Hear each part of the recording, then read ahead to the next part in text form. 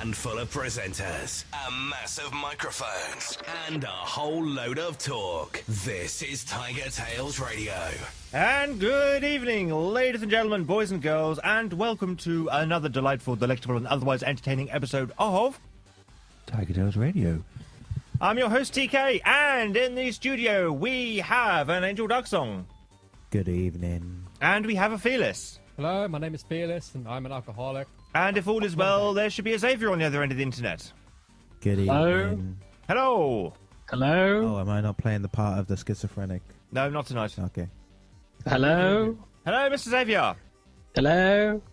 Hello. Yeah, I think we might have to cut the line. we'll just mute him. The part of Xavier has been played by that annoying pop-up in the background. Today, Xavier's being played by Clip It. Oh, God, no. We hear you're trying to do an internet broadcast. Would you like some help?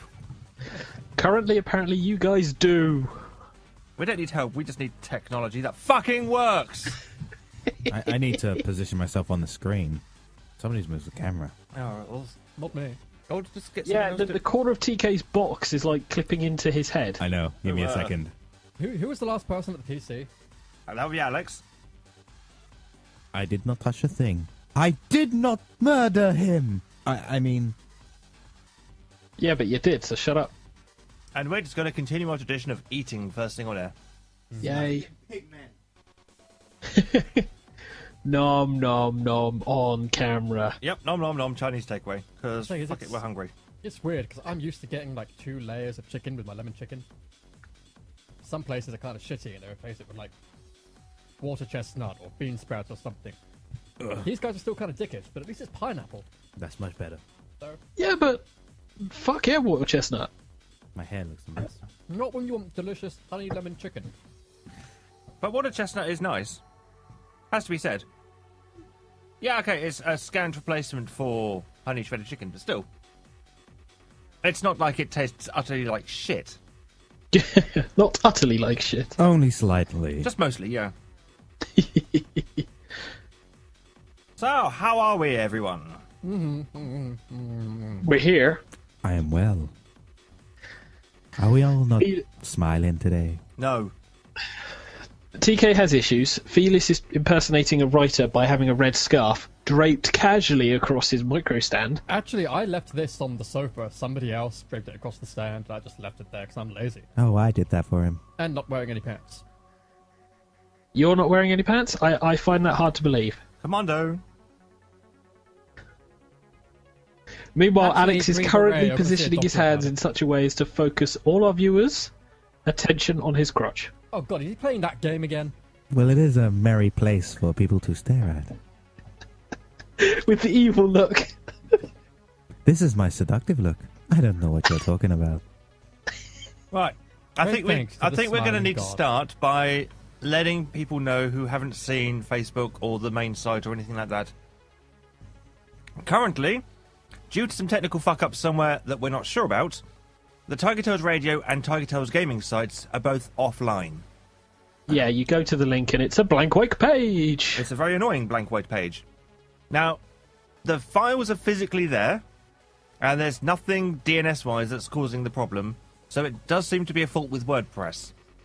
Which means I'm probably going to have to erase everything and put it back up from scratch. But I've not seen anything on the WordPress stuff, feeds, whatever. No, it might be a plugin problem. that's causing a problem. It might just be something, but it seems WordPress has got upset about something with our configuration and has decided to just blank out. I've had my web host have a quick look at it. They can't see an obvious problem, but obviously they are more geared to the technical side of things, and they've assured me there's no problems there. So it definitely does seem like a WordPress error, potentially a plugin that's not fully compatible or something else that's causing an issue. And so it looks like, since I can't get into the site to to test it out, I'm just going to have to start from scratch on it, which is a pain in the dick. So, due to the fact it's NaNoWriMo, that's currently taking a kind of back seat at the moment, the website. So, Yeah. there is a post on our main tigertails.co.uk page detailing how you can continue listening to this show should the internet connection fail, which is also likely, and therefore we lose the YouTube feed, which is going to be a fun thing indeed. BT are sending out an engineer on Wednesday to have a look at our internet connection, which Nice. for BT is a lot quicker than I expected. I expected it sometime fucking December. So they're going to get that checked out. But in the meantime, our internet is spotty, to say the least. Now, this doesn't appear to be a fault of the internet per se, but there is a hell of a lot of line noise and crackle. A scale of 1 to McDonald's drive-through work experience, guy, how spotty is it? Ooh, that's harsh. I mean, this is person who has to work in a charity shop because they can't get a real job. Spotty. How many charity shops have you been into? Because most of the ones I go into have old women. Yeah, and look at the craters in their face of years of neglect because they can't afford Botox. Harsh. But true. You can usually avoid them just by when you smell a bit of TCP in the air. TCP or lavender. Lavender, usually. Lavender. But yeah, so there's a post up on our main TigerTails site that gives you a link to the radio, where if you're watching the YouTube or listening to the YouTube, you may hear it's kind of a noise in the background. The radio feed doesn't have that noise. It's clean audio. It's lovely. And so you can enjoy a clean feed for the radio feed. So if the YouTube does go down, it may not restart. And so continue to listen in via the radio link, which will restart when the internet goes down and comes back up again. Yeah, although so far on the YouTube we have the riveting sight of two people staring into their crotches or phones. Oh, wonderful. Hey, I look good no matter what, so come on. Eye candy, baby. For people who like bowling men at a young age. It's okay. When on Saturday I went to the What the Fluff Fur Dance with Hedge and Anthropop, and I met one of our old listeners who used to listen to the show, and so does every now and again. And he's given me some food for thought about reintroducing music into the show. Ooh. Yeah, with kind of a potential method of a how-to, which I had kind of thought of, but will be a lot easier come season 9. So Does that mean we can stop broadcasting the weather? Ah. Ah. TK, I'm just going to give you the folder I've got with Nightmare episodes after the show. okay. I just download them. This would be much quicker. We literally could download them. I downloaded them on my phone before. Anyway, moving on. But yeah, so like I say, the YouTube feed, we are expecting to probably go down at some point during the show. If it Probably. does, don't panic. Just carry on listening via the link that you'll find in the YouTube description. As I go to the description to make sure it's there. Yes, it's there. See, I've done all this. Check me out, my big bad self. So I think then we need to start off, because this is episode 33, season 8 of TigerTails Radio. We need to start off then with how your week was, TK. Week wasn't too bad. I mean, the first half of the week was working. Final few days before NaNoWriMo began. And now NaNoWriMo has begun. Yes, I got your updates via Facebook of every event you're going to ever.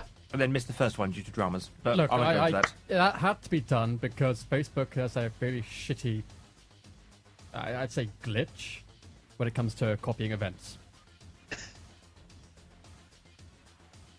So, Do tell. well, remember, I originally made one event for the group, and then I clicked copy event and changed the dates. What this does is it doesn't make another copy of the event for the group. It makes a copy of the event on my page and invites nobody except me. Oh. That's not much help. That's why it was like a full day later before people went, "Where are the events?" I was like, "Oh, I made it." Oh, for fuck's sake. So I had to make them all by hand and apologize for the spam everybody was getting. Oh, well. So much spam. But yeah, NaNoWriMo has begun. I'm already way behind on the word count, but that was because on Saturday, the first day, I actually got ahead of word count. And so allowed myself a little bit of Rock Band, and then, like I say, went to the What the Fluff Fur Dance, which was entertaining. Sunday was Video Games Live. And then today I've been battling with BT and web admins. Yay. So, With those giant Q-tip things from Gladiators. Yeah. and then tomorrow, I get to go and have my scan. To see if I've got Oh any more- yes, the ongoing the ongoing gallstone. kidney stone saga, yeah. Yay! So, yay! So, yeah. So, where is Little Green now? He's still on my desk, but I'm not naming it. It's still Okay. just a kidney stone. We already know I'm the master namer. Maybe, but I'm still not giving it a name. It could be currently Little Green 1. Potentially. There could be more coming. I hope not. It was quite No, unpleasant getting rid of it the first time. No, we just think of other names for the other ones.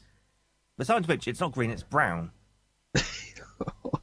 Might have been green inside. It wasn't, it was brown A inside. mossy colour. It was actually crystalline. It was actually quite pretty when it first came out and hit the light. We apologise to all our listeners to having to listen to this again, especially as you're watching them eat to start with. Oh, yeah. Oh, I can And talk, you might be eating as well. I can talk about kidney stones and eat food. It's easy. So you had a busy weekend, really, then? Yes, I've had a busy weekend. Especially as we took our parents, myself and Hedgie took our parents to see Video Games Live as well. So there was a trip to London involved, which is always fun.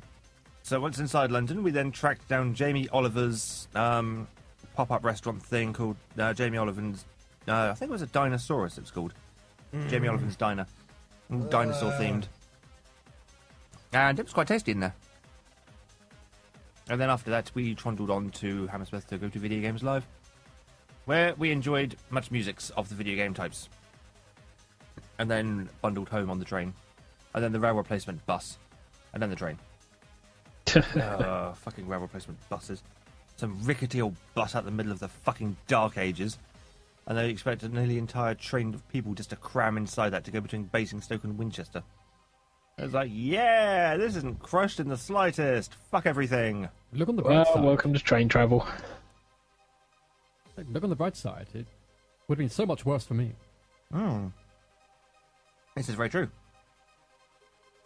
But Video Games Live itself was awesome, so more than makes it great. They did Liberi Fatali. I was happy. And they did it better than they did it back in 2006, 7. That made me even happier. When you last went, yeah. Yeah, when we last went. Although Tommy Tallarico's a lying bitch. What? Well, before it started, myself and Hedgie were having this argument about when we went. And I was saying it was 2006, 2007. And he was going, no, it wasn't. It was 2007, 2008. And this argument went on for a good kind of half hour or so, intermittently. And then Tommy Tallarico comes in, he was saying about, oh yeah, we haven't been in London for so long. It's been like 6 years since we were last in London. Yada, yada, yada, since the first one back in 2007. And Hedgie was like, told you so. Today, come back. And I'm watching some of the archive ones I took when we were there back in 2007 to find out what the videos were taken from the front row centre stage. Now, we went front row centre stage for the second time, which means Video Games Live started in 2006, so I was right. So fuck you, Tommy Tallarico, and fuck you, Hedgie, I was right. Grr. So yeah, Tommy Tallarico's a lying bitch. And he started the night off with Castlevania, which I didn't enjoy. He was like, fuck's sake. Save that one for later. And Castlevania, grumble, grumble, grumble. They didn't do the arcade thing that they did the first couple of years.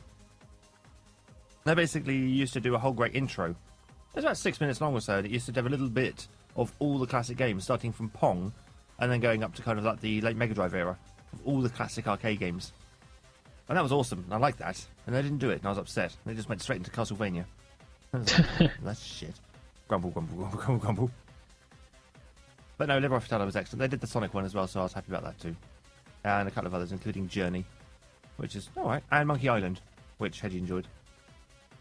But surprisingly, Yeah, it was 2006, the first one in November, yeah, it was. and then it wasn't 2007. Pretty sure it was. No, they just did America. You really sure? I'm looking at the schedule. So all those YouTube videos that I've got on YouTube that were uploaded in 2007, We're actually Old video. 2006. saying Video Games Live 2007. We're actually 2006. Don't think Oh so. no, there's London, England. Sorry, it's just all I have is America, and then in a tiny corner is London, England. America. So allow me to add Pete to the fuck you, I was right list. Sorry, I was blind. All I could see was America, and then tiny little section saying Yeah. London. It's easy to get kind of confused. That was October, Yep. and then 2008 they added more dates. Fucking hell. Yeah, and then 2009 I think there wasn't one. 2009 there were even more dates, but it went Ireland and Gateshead. And then 2010 they cut the dates back immensely. Wow. Yeah. No England. No, Paris, France. Oh yeah, that's not England. 2011. they hated us. 2012, they hated us. Wow. They didn't hate us. They just nothinged us. What was nice though is it was back in the Hammersmith Hammersmith Apollo, sorry, which was where the first one in 2006 was. Wow. So it was quite nice going back to the old place and going, I remember this place. Oh my god. It's been so long. So the question is, did your parents enjoy it? Surprisingly, yeah. In fact, the thing that surprised me most is what my dad said. He said he wasn't quite sure what to expect. He thought it was going to be like video game sequences played out to classical music, Yeah. which wasn't what he got at all. But he said one of the pieces he most enjoyed was the Sonic the Hedgehog medley, which surprised the shit out of me because when he saw actual Sonic games being played, he said he fucking hated the music. He said it was bland and repetitive and annoying. And then they give him an orchestrated melody of it. He loved it. So, there you go. That's the power of video games live. It will actually turn people who hate video games and make them go at least, okay, so I can appreciate the music at least. Does your father now have a Sonic character? Of course he does. Everyone just recoloured Sonic, gives it a stupid name, then uploads it to DeviantArt. Jeez. I mean, I've seen your secret stash of at least 12 of them. Jeez, boy. We disconnected from YouTube. Yep. Have we? Yep. We're Have not we really? receiving data from your encoder. Play. Reconnecting. Give it time, we'll probably lose Pete as well then. Oh. Yeah. Pete, are you still there? Luckily, the archives are unaffected. Yeah, Pete's gone. Well, the Yeah, Hangout, let's talk about him while he can't hear us. I'll say the Hangout says that he's not disconnected yet, but that's probably because it hasn't caught up. So, welcome, archive listeners, to this secret bit of TigerTails Radio that apparently the people on the internet can't actually hear. Where we finally reveal TK's secret butternut squash with smoothie recipe. Oh fuck, wait, we're back on. We're back on. Sorry about that, we can't give you the recipe after all. What, has YouTube actually picked up the stream? Yep. Yes. Oh, way to go, YouTube! It should restart soon. Ta-da. I think it's just buffering, loading, whatever. And I can see movement. yep, see. Oh, Pete's back. Oh, I'm watching, so yeah. wait, were you here the whole time? Yep, see. And Alex suddenly changed position without moving, so yes, it's caught up. No, Alex is I don't actually being always change animated by the Dragon Ball guys. They don't have many in-between artists, I'm afraid. Yep, keyframes only. So I'm expecting him to drop into the Kamehameha move, and then back into a portrait move, and then back into Kamehameha, and then into an episode from season 10. Yeah, randomly. Oh, he'll start the Kamehameha. It will be done sometime around season 12, Damn Korean art. and then he'll miss. Yay. And then he'll start another one, recycling all the footage from the previous episodes. Absolutely. So, Felis, Yes, I'm a thing How's your that week? exists. I am not a hologram. We never said you were. Error, input $1. so yeah, how was your week? My week's been actually surprisingly busy for me. Because NaNoWriMo started, and there was... The Much wedding was rejoice. actually before last week. Was I here last week? Yeah. Yes. So yeah, I did a wedding thing that time. So in the meantime, it's been NaNoWriMo starting. Sorting out all the things for this narration dealie I'm doing. Yes, tell us about the thing that you volunteered to do over NaNoWriMo. Well, instead of writing, I thought it would be much more fun and beneficial to me in general to do 2,000 words of narration every day. That way, I have to write fuck all. And I get to openly procrastinate during the writings. You fuck. I know, right? Wait, does narration count? Technically, no, but he's doing it as a Nano Rebel project, so... Yeah, A which is nano allowed. rebel. Yeah. What's Weird. that? What's what? It's what they call anyone that doesn't do anything that's fiction. I mean, some people do loads and loads of book covers during the week, during the month. Yeah, so there are some people actually cranking out a book cover a day. High quality. Yep. Holy it's pretty shit. awesome. 30 days, 30 covers. Yeah, that's usually a collection of guys doing it. But there are people that have actually decided to do it by themselves. Again, holy shit. So basically, he thought that, shit, I can't really write anything this month. I haven't got any content. I'll just try and improve my voice. Yeah. Yeah. Okay, as long as you've been there, I don't really care. Oh, no, actually, I have got other content stuff that I'm working on. No, blah, blah. You should have just quit while you're ahead. But now I have a whole body. A fresh body. A youthful body. And now Operation U-Tree are moving. Sorry? Yeah. Yeah, but apart from that, lots of time spent at the girlfriend's place and figuring out how her radiators work. All of the time. They got a timer dial, and then they got 100 tiny fucking dip switches on the dial. Dear God. Yeah. So where do you go to find your stuff? It's old books that have already been published for this one. Yes. I mean, I did Fantastic Mr. Fox earlier. Yes. Well, I go to the restrooms in pubs. When I say where do we go to find your stuff, I mean where are we going to find your uploading? Right. That'd be looking for some guy in a waistcoat on YouTube. I don't know if it actually is / some guy in a waistcoat, or if I got denied being allowed my own thingy.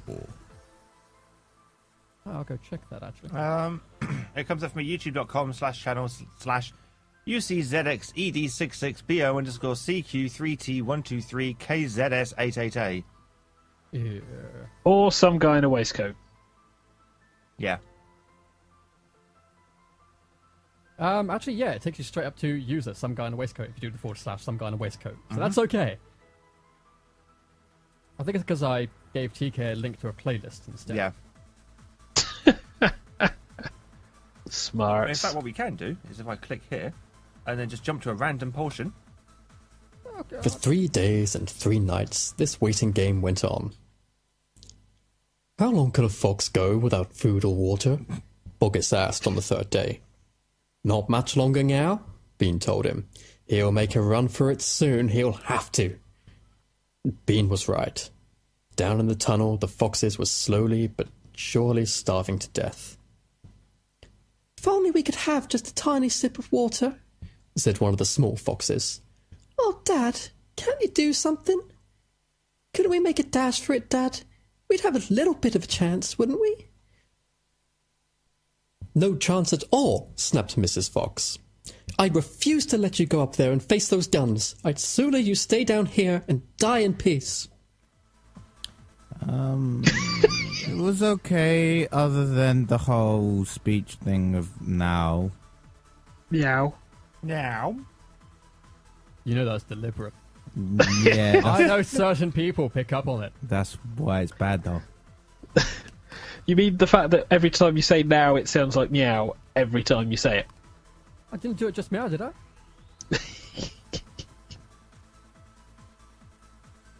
Oh dear. So you've been doing that. We've got 3. No. Like everybody else in the region, I'm 2 days behind. Jesus, man. Because these lazy guys had a Well, I fun say weekend. everybody else. We're 3 days in and a full 1/8 of the way to our total last year. Collectively. So Yeah. I mean, we're doing fucking awesomely as a group, Because you've got more people. but we're just letting the side I down. don't know how many more people we've got this year. But we outright cities that are much bigger than us. And we're currently annihilating Portsmouth, and that's the important thing. Yeah, nobody bothers challenging us to word wars anymore. They just... We are the undisputed kings of the south. I've just refreshed, and literally we've just gone 758 words over 500,000 words. Bear in mind, we were half this last night. Portsmouth is just about to creep over 380,000. They have people that can read and write? I'm not sure. I think people in Portsmouth are just mashing the keyboard and pressing space intermittently. COD players. Fish sticks. Let's be honest. We're gonna get to COD Yes, later we are, on. unfortunately. Oh dear. So, Yes, Alex, having down. spoken up, how was your week? My week, eh? Well, my week has been another slow-ish week. I've been doing my usual week things. I've had this new guy I've got to train now at work. Again, I've got to train a new person. It's really irritating. I'm like on my team, I'm like the second like senior person in terms of experience now, which is really depressing because everyone else is fucked off. I went to London on Saturday just to play games and stuff, and Sunday I didn't do anything. I made brownies, really, with my girlfriend, but she messed up, and I had to take over. They're not really brownies so much as blondies with some really chewy, chocolatey things in them. That shouldn't be chewy. Imagine dime. Imagine a dime brownie. Okay. How? But the layer at the bottom is like the dime. The rest of it is like a brownie. Which is kind of cool, actually, but at the So same time, it's like, it's a failure. But It's like, still soft on the outside, crunchy on the inside. the bomb is. But how did she get brownies that wrong? I don't know. She just gets everything wrong. I don't know what to do with her in the kitchen. It's just, I get really angry at her. I was like, God, just...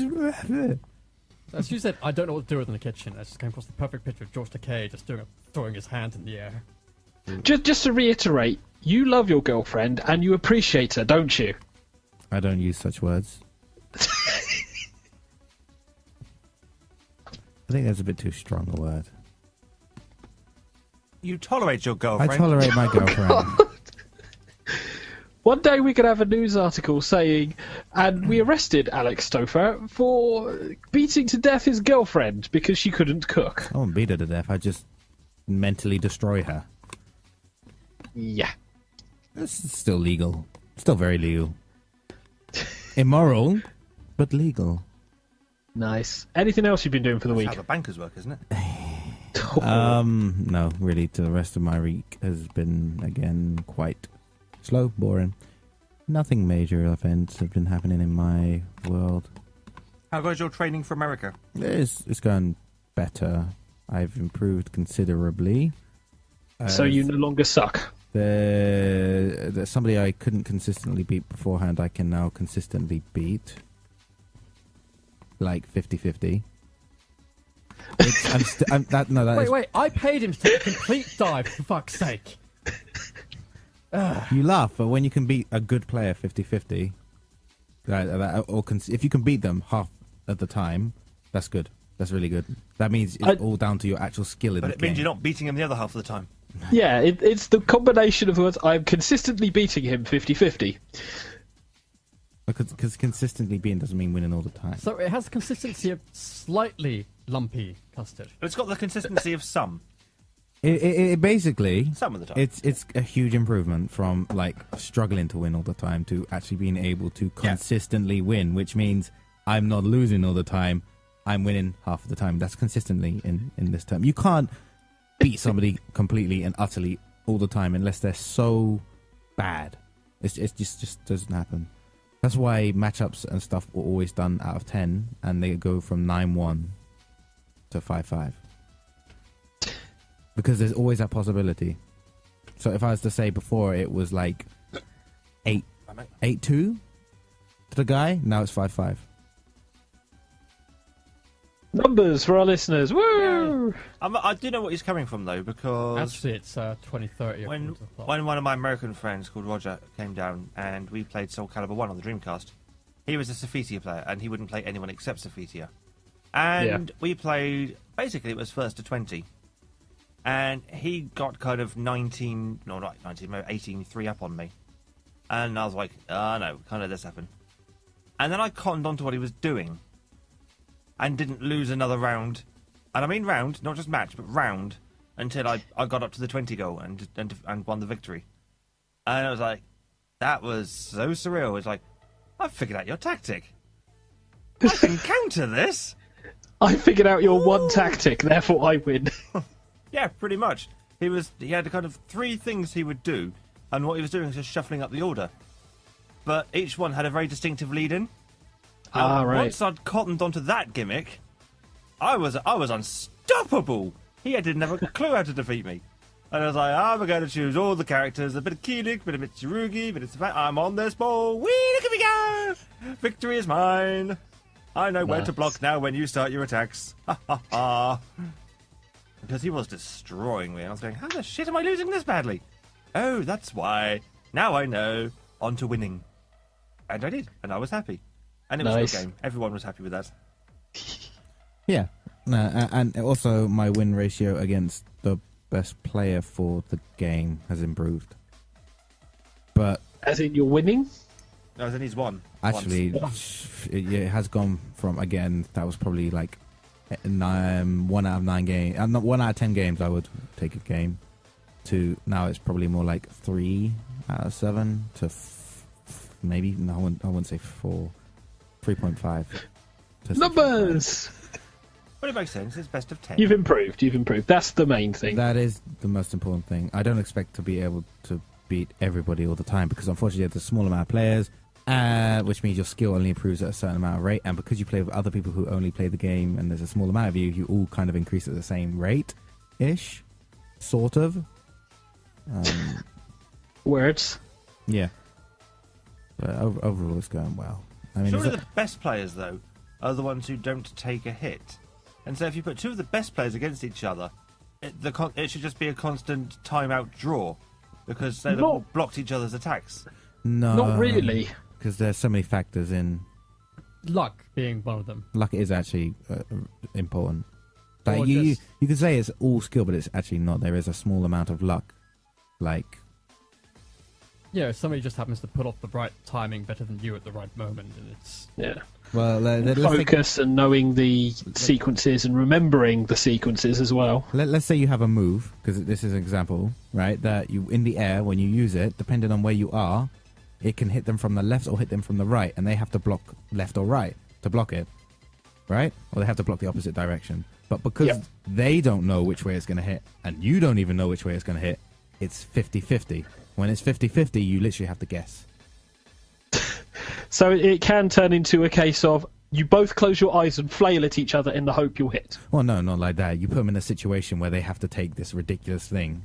You The can fact that they're also in that just- position is really bad, that they fucked up anyway, but then they have to take this thing, which they have to literally guess. You have to take a guess. Or you change have the lineups enough to just throw somebody off as well. yeah, just play There was completely that one differently. guy that won one of the recent Marvel vs. Capcom tournaments just by basically replacing one of his lineup with Doom, and the other guy just couldn't think of anything to do because he was expecting a different character completely. Oh, that's just also because Doom is broken in that game. Pretty much. I think the YouTube has died.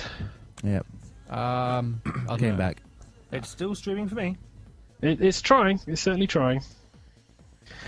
Although DJ So did that's- say in the YouTube chat, causing psychological trauma is indeed a crime. Yeah, Not intentional. So that's Instead the of guys method, in it the was studios week. intentional. My week has mostly been filled with an interestingly busy work week, to be honest. It got mental and led up to a Friday where our computer systems decided to go, no, we're not going to work. So I managed to take an entire day's worth of calls within 3 hours, where basically I said, can you call us back in 2 or 3 hours? Can you call us back in 2 or 3 hours? Can you call us back in 2 or 3 hours? No. And then the other call, we listened for 3 seconds and went, actually, I'm wearing a pair of khakis and a shirt. My underpants colour is brown. It was white So, at the yeah. start of the day, but trauma. Then you said what you just said, and yeah. But it's been a fairly busy work week. I was also in on the Saturday, so my weekend was staying at home, trying to record stuff, realising the sound on my games is louder than me, so I'm having to re-record again, because fucking sound. Yep. I'm now at that point where I'm debating on spending money on actual recording software rather than just fraps. If you grab DX3, it records your mic audio and your game audio as 2 completely separate files that you'll then mux together. Which will require some editing, but you have an edit pass anyway, don't you, Pete? Yeah, I've been doing a lot of editing via Sony Vegas, but I'd rather have a one program that will record all my shit, so the gaming stream, the gaming music, and then the mic music, so I don't then have to try and do all of the editing on the fly. I can just import shit onto Sony Vegas and go. That's what I'm aiming for, which is why I'm looking at some other stuff at the moment. But I've mostly been having an enjoyable weekend of doing some recording, catching up on some of my TV series, because I finally managed to watch Mentalist as well, season 6. Have you caught up on Doctor Who yet? What? Have you caught up on Doctor Who Oh, yet? before you guys Oh, talk about fuck no. Doctor Who You later. fail. Quick question, TK. Mhm. I was having an argument with somebody at the beginning of the week, and I went, the most retarded thing that could be done for the big reveal of who Missy is if she's actually a gender-bent version of a famous Doctor Who villain. Mm-hmm. Was this correct? Spoilers. Have they revealed who Missy Bint is. is? I heard there's a... Yes, they have. Ah. They have indeed revealed who Missy is. And I just sat there and went, well, the concept's good. Your delivery of it was shit. What's this of? I'm guessing... Doctor Who. Oh. Let's save that till later on then, shall we? Yes, Yeah. let's. I'll get the spoiler alert thing ready. Yeah, and seeing as my YouTube has decided to freeze... Oh, no, it's back again. We'll try and jump into a segment and see if we can carry on from there. So, gaming news? Good luck. On the plus side, at least the jingles will work. He says. Now it's time for the latest gossip from the Silicon Grid. This is the gaming news. Meant to warn me so I can talk over it. No. No chance. Starting top of the round, Sony news, and this is from the BBC News website, because for some reason no one else wanted to report about this. So Sony apparently has reported a quarterly loss of $1.2 billion, and this is the company as a whole. The loss has been attributed to its mobile phone business, partly to the television business, Yep. but there is a significant increase in the games and network services sales, reflecting the contribution of the PlayStation 4. So things are looking good for the fact that the gaming side is going on, and Kazurai is showing some continuance in this. He's promising to return the underperforming business into profit, but that will be in 2015. So I'm expecting some horrendous cuts to some of the other areas. Well, they're pulling a lot of their mobile phone stuff out of China because they're facing too stiff a competition there. Yep. But hey, at least it isn't doing as bad as the Amazon phone. Which they've had to take, 300 million charge on? Ooh. Yeah. But it does reflect the fact that they are trying to copy their gaming service across as much of their other stuff. Yeah, well, that's the bit that makes the money, so they want to port it to as many things as possible. It's like, yeah, we have PlayStation functions on all this shit, so, yeah, use all this shit for PlayStation stuff, please, because... Because I've got two news stories that kind of follow on from this. Feel free. About both other major games guys. Yeah. So to begin with, we've got Nintendo have surprisingly managed to get some profit. Yeah, what do you expect? Smash To, Brothers came out. The tune of about $250 million. That's good. Part of it has actually been because of Mario Kart and Super Smash Brothers. The other part is that the yen's slightly weaker, so they, churn out more of a profit because of it. Nintendo's profit, yeah? Yeah. Okay. Yeah. Which is a net profit, not an operating profit, like everybody else has been going on about, of $224 million. So, not a huge amount, but certainly better than a loss. Certainly better, and at the same time, their global sales are actually going up. The 3DS sales and sales of games are now coming up more towards the Christmas time, thanks No to surprise. Super Smash Brothers and the upcoming Alpha Omega Pokemon games. And, Pokemon! And the Wii U sales will go up when Smash Brothers Wii U is released, so... Actually, Wii U sales have actually been really steady. that surprises me. I it's thought they would spike. Yeah, it's not a massive uptrend, but it's been a very steady uptrend. With nearly 10 million games for Wii U sold during this profit period, and 1.25 million consoles. With Hyrule Warriors coming out, Yeah.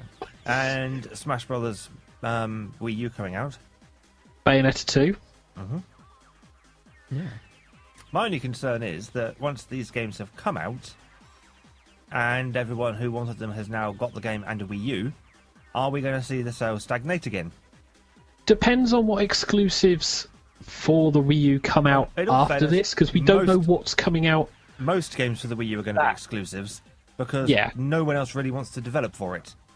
You'll know. As yet, because it's tiny. The player base is tiny. Well, it's got all these stupid gimmicks that Nintendo want people to incorporate, and everyone's going, "Oh, how the shit do we do that with our games that are designed for other control methods?" Yeah, you've got this screen thing going on that you want us to use that we can't really shoehorn this in. And so what the fuck do we do? And your system isn't quite as powerful as the Xbox One or the PS4. So if we do port games over, they'll have to take a hit somewhere. So what do you want us to do, Nintendo?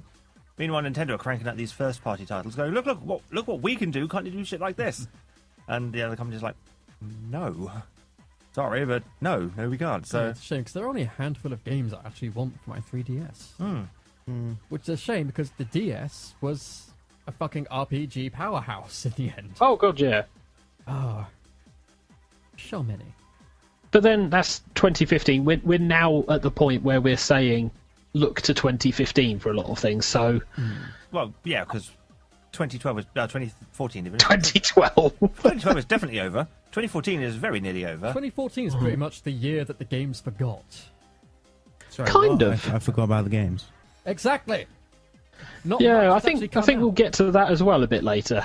But at the same time, Nintendo just been leeching success from the other two, because Microsoft, remember how they wanted to do their own entertainment studio under the Xbox brand? Yep. It's no more. Oh, really? Yeah. Yeah, they finally closed the doors. We did mention this Ages ago. earlier, a couple of months ago. Oh no, this is finally fully dead. yeah. But it was on its way Wow. to dying anyway. The Xbox Entertainment Studio head Nancy Tellem and her second, Jordan Levin, left after the last remaining employees were let go just this week. Whoops. Yeah, everything was being announced to be closed down. Now everything's closed. Yeah, this is... It's a shame, because it was an interesting thing to see being tried, having them as a content provider of media, that kind of media. But my concern is, what will this mean for the potential media being released on Sony's kind of side? Sony have actually got a few things that people are looking forward to, and they're actually putting the money into it and believing in it. Don't forget, Sony have And the Sony don't have studios and things. 18,000 layoffs to get through. Yeah, I mean, don't forget, Sony have their TV side, they have their films companies as well. So it shouldn't be too difficult for them just to be able to kind of do things for the PSN. Well, It shouldn't be, but I think we're going to have to wait and see what Powers is like. A la testa. the good news is at least that Levin is actually... Sorry, not Levin, Tellem. Tellem Studio is actually in talks with various other companies, including Warner Brothers, to try to bring everything that's still in development to other studios. They are trying to salvage what they can. Which is good. Like what happened to Midway when they closed. See. And Warner Brothers went, checkbook, we'll have Mortal Kombat, please. And suddenly, Mortal Kombat got really good. And then got its own web series. Twice. Moving on. Moving on. I'm sorry, P. I'm going to have to steal your thunder there. As you know, I've got to make my impact on the show, and I'm totally, right now, I'm not stalling for time as my page loads up. Of course Do you want not. the DreamHack thing while it loads? No. Okay. I could read an article whilst we're waiting for your page. There we go. There we go. Shush. I had some news, but Pete stole it. Yeah, Pete is a thief. Word burglar. Rogue. All right. It seems that an American government official, or a U.S. air-based government official, has I banned remember this. augmented reality games on his site. What? As a possible terrorist threat. What? It seems that, it's an impromptu investigation was launched at Colorado Springs Shrevia? Shrevia? Yeah, Shriver, whatever. Air Force Base, and because a visitor was taking pictures near the base's 9/11 display, and you know how people are like when you take pictures around military installations, even in a country where freedom of speech and just blah blah blah, they get very twitchy because it's like, why are you taking photos of something of military importance? Which is Because he's working for the Resistance. Yeah. Oh, but it was... He is working for the Resistance. It'll be ingress and... yeah, but the game that he was playing while he was taking pictures of this like memorial Yeah. was in fact Ingress. That's why I said. Yeah. I was hoping you were going to say Invisimals, because that would be hilarious. No. No, he's still playing the Google Maps Pokemon hunt. And apparently, Fucking routes and its bowl cutters around here somewhere. the fact that there is a photo of a memorial on this base is now considered that, this could be a terrorist threat because they might know where our air bases are, even though like anybody with a computer and a satellite could go online And look it up. anyone on the internet could go on Google Maps. Oh, there's blurred out spots in American soil. I wonder what's there. Yeah, and as a result of this guy taking a photo of a memorial at an airbase, it's it wasn't just the photo thing as well. It was also part of the game's data upload. yeah, no, because it Which uploads Google actually location. said, yeah, actually, we do see a slight problem with that, with your concerns. We'll let other people decide the policy. But Google were pretty understanding about it when they were called for comment. Any sort of like geolocation and geocache games and whatnot are banned from the base, and anybody on that base are banned from playing such games. Really? Yep. On the base. They're allowed to play them outside the base. Yeah, because that would be pretty hard to police otherwise. Maybe he's a hardcore Republican and just didn't want to see any map that had that base on it, turn blue. Ooh. Oh. Political humour. When I was in London, I fired up Ingress. Holy shit! It's a war, isn't it? Oh, wow. If you need equipment, especially level 4 equipment, go to London. Holy fucking hell. Portals were giving out 6 resonators. Jesus. And things. I was like, what? These are crazy figures. What the hell? And these were like friendly bases, enemy bases, whatever. They were just dishing. I've got so many fucking keys in London now. It's unbelievable. That you'll never use. I'll never use, yeah. I was going to sit there taking up space. I'll just end up recycling them or dropping them off to someone who says she's going to go to London at some point soon. These were like in the middle of Piccadilly, so there's no chance they would link to anything in Southampton. No, not a chance. Oh my god. Crazy amounts of portals. Absolutely crazy. No wonder the freaking portal map crashes pretty much when you try to look at London. Bloody hell, it was an immense number of portals. Last I was going hacking everything. We stayed around the Piccadilly Circus area because that's where the restaurant was and where our tube station was. And it was like, there's portals everywhere. So many bloody portals. It was brilliant. Oh, I got so much gear. And I was only like playing for about 15-20 minutes. It was madness. Madness, I tell you. Moving on then. Moving on. The Cultural Centre for Gaming is to open in the UK. Where do you think the UK Cultural Gaming Centre has been positioned? Midlands. In the Midlands area, possibly, yeah, but narrow it down to a city. York, Minster. The area in which a lot of games are developed, it begins with a G, doesn't it? Gateshead. No. No, Whilst you guys are trying to remember. It does begin with a G, right? no, it's Nottingham. Oh, it's not Nottingham. Okay. They put the Cultural Centre for Gaming in Nottingham, and it will open in 2015, next March. And it's designed to promote culture, economic, educational, and social benefits of gaming. In Nottingham. Yep, established by Game City, the organisation that currently runs the annual Game City Festival in Nottingham. It's a 2.5 million project and will span 5 floors, 33,000 square feet, according to Game City. Nice. And you'll have 4 galleries, a floor dedicated to education, where students of all ages can get hands-on experience of game making, and a permanent exhibition of treasures from the National Video Game Archive. And this is in collaboration with Nottingham Trent University and the Science Museum, and it is the UK's national collection of video games history and ephemeria with over 12,000 objects. Okay. So it's nice to see that gaming's becoming a bit more mainstream, and it's nice to see a nice bit of news about it becoming a cultural thing, especially considering the bull crap that's been happening over the last 3 months. Is there going to be anything you can play there?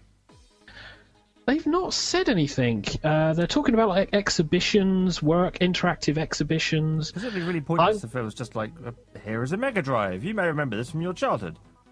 I'm gonna guess they'll probably have stuff there that you can play, but I think they're trying to make it more of this is gaming history than this is an arcade.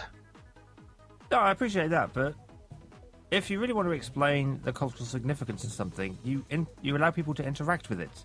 And especially with something as interactive as video games.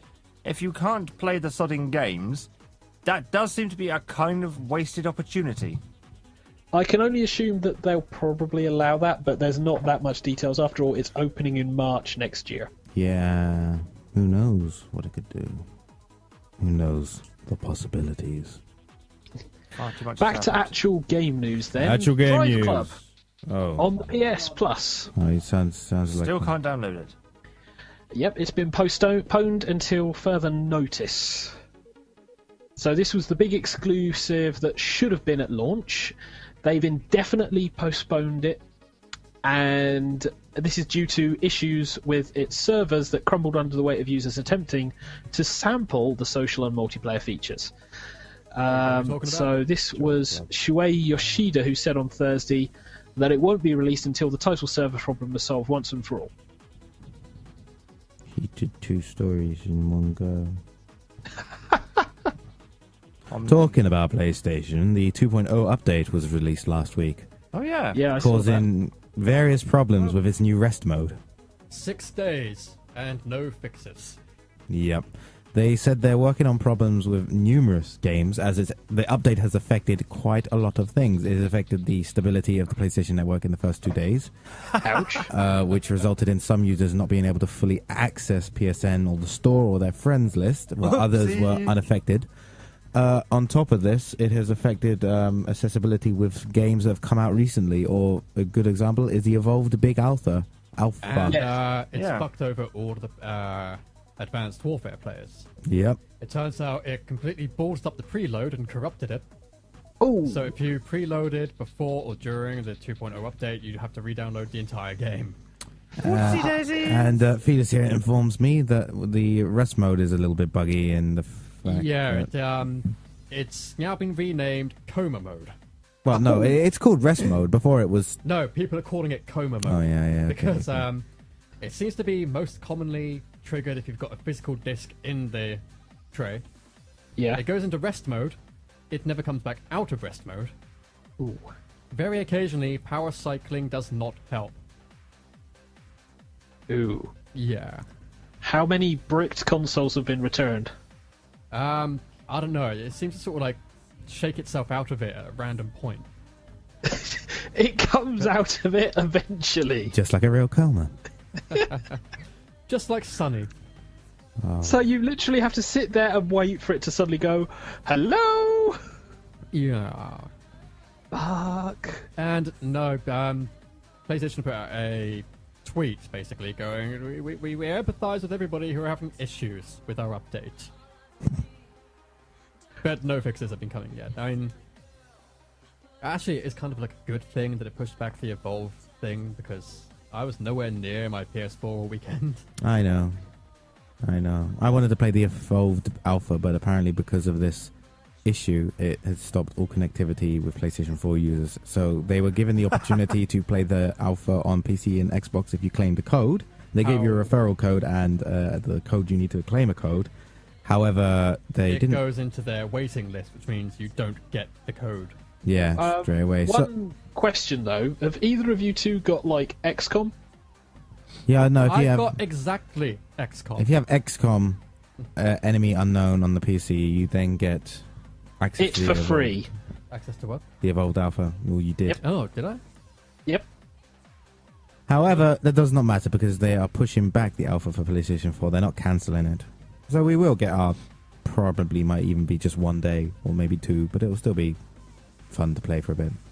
You'll have people to play with because I was going to do a review of Evolved. I've got a lovely review of the spinny symbol. Maybe you should get yourself Well- a console. Between Alex and my army buddies, it's about the only reason I got a PS4 was to play some of these releases coming out with them. So, Yeah. But you currently can't because no. issues. Which is a charm. Well, at least you can play Destiny with Alex. Yeah, and with Inquisition coming out soon, and I've brought Freedom Wars for the Vita, I'm not playing anytime soon. And Oh, and the Typo Western release, because fuck yeah. Oh yeah, typo. But I'm Come not on, really, it's one of the Final Fantasies that's actually darker than the original fucking Tactics. I don't really Come on. care about typo though. Dear I me. really want to Moving be press on, release. Prey 2 has officially been cancelled. Yes, it has. Yes, it has. Bethesda have announced that they've never saw a path to succeed if they finished it. I remember Prey. It's a bit of a shame because the original Prey was fun, and some of the concepts they talked about with Prey 2 were interesting. The story for Prey wasn't anything special, but the gameplay mechanics and the actual atmosphere of the ship as you're going through it was actually one of the best games I had for the PC back then. It just seems a shame that it's a Alex, game are you that's just moving been. things? No. This is I can hear a kind of electronic buzzing, which normally happens when you touch your mic somewhere. Yeah, which I'm not doing. Neither of them are touching it. Well, no, but we're watching a feed that's 30 seconds delayed. That is true. Or something like I that, hear yeah. it coming and going. When we It just talk. went there. Yeah. Wait, you guys are cyborgs too? Oh Why didn't you no. tell me? I'm sorry. The time has come. We must go now. Dear God. Our planet needs us. Any more news from the room? Yes, of course we have news from the room. I actually have more news on my phone. But it's. But Felis has given me some news, which is interesting, because I sort of have been following this a bit, but it's not been that interesting. And oh my God, I can't speak and have this in the better. There we go. do you want me to hold that? I've turned some No, volumes no, down no. to see if that'll make any difference. Alright, so we've all seen footage of the zombie free-running game Dying Light, which I assume is Australians, not South Africans. I always get confused with those two. I can't remember. I just remember it's Dead Island done right. Yeah, it's basically Dead Island if, like, you know, the game was actually good and wasn't four-player. I think it's multiplayer. Right, but- first Dead Island is fun until you get out the first gameplay area, and then it's kind of like gets really boring really quick. Anyway, Dying Light. Yeah, so they have announced, the developers of this, Developer Techland, have announced today, and by today I mean the 28th of October, that the game of Dying Light will only be current gen and it won't be cross-gen. So we are no longer having PlayStation 3 and Xbox 360 versions of the game. And the reason they say this is that older consoles are compromising the core vision of Dying Light, apparently. Now, I can kind of understand this, because other games which have had down ports to the PlayStation 3 and Xbox 360 have been significantly cut when they've been designed just for the PlayStation 4 or Xbox One. Good example of this is actually Shadow of Mordor, which Shadow of Mordor came out for the current gen. It boasts its Nemesis system, which uses a load of things going on in the background to calculate real-time shit that happens for the armies. Yep. The PlayStation 3 and Xbox 360 version has been cut down, where all of the core element and gameplay and story and mechanics are there. However, the system they use is a very dumbed-down version of the Nemesis system. Ooh. It's very basic, apparently. They said it's completely different to Speaking the of PlayStation Nemesis. 4 and Xbox 360 versions. Remember that time you spent about 20 minutes trying to get back to that one war chief, to try, get revenge on him for killing you? Yep. I'd have him killed by some other guy right as you got there, Yep. who then also proceeded to own you slightly. You know, when I got to the end of that game, the guy I thought I had killed, who I'd hunted down because he killed me, wasn't even a captain, killed me, raised all the way to a warlord, war chief. So I hunted him down, killed him like the dog he was after the amount of times I fought him. Right? I was like, yes, I've killed him. He didn't come back. I was like, yes. Finished, get to the end of the game, and he's standing there, mocking me. Going. Was that the guy that you gave the awesome scars to that was doing the resurrection thing that has now come back, or is that a new guy? You know the archer guy with the metal thing covering his scar on his face? No? No, it was this guy. He was he's a dickhead, you know. And I didn't really didn't understand why he was there. But I assume the game gives you the character it deems like you to be a nemesis. So it's like, oh, okay, so this guy you've had like huge battles with. I can hear myself in the background. Yeah, Oh, TK's and playing I with- didn't understand why he was there. But You can tell by his grin on the. all right, yeah. So he's at the end of the game, and I'm like, why the hell is this guy at the end of the game? And the game then says, defeat your nemesis. I'm I like like, how he said he's just you standing there. It's bastards. like, hey, I've already survived. You stabbed me once. Come at me, Wraith, bro. He was literally with his army going, yeah, look at this son of a bitch. Get him, boys. Did you use Mind Crush? Squish. I definitely killed him this time. You sure? Did you kill him? I'm definitely Did you sure. kill him dead? It was the end of the game. I freaking raped his corpse. No, I watched that. That is the worst that's quick not time pretty. I ever saw. But You. the end of that game was very anticlimactic. Oh, that's because you'd done all your climaxing before the end of the game, apparently. But yes, it seems a trend now is that we're going to start seeing either ridiculously cut down versions of games on PlayStation 3 and Xbox 360. Makes you wonder what Mortal Kombat's going to be like then. And Little Big Planet. Well, that will be interesting. Might have to get PS4 now. Fuck! Well, unfortunately, I don't live close enough to like just drop it off every so often Have you anymore. seen how long it's going to take for Xbox guys to get Oh, the where do you live now, DLCs then? for Destiny? St. Mary's. Huh? The actual DLC for Destiny is also timed exclusive. So Xbox got to wait a few months before they get to play the new content. They have to wait. Wait, what? No, it should all be coming out at the same time. However, there is certain PlayStation exclusives in the form of PvP maps and the Strike.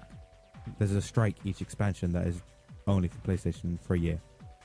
For a year? Kinda shitty. Yeah, they got a year exclusivity with certain content. Dang.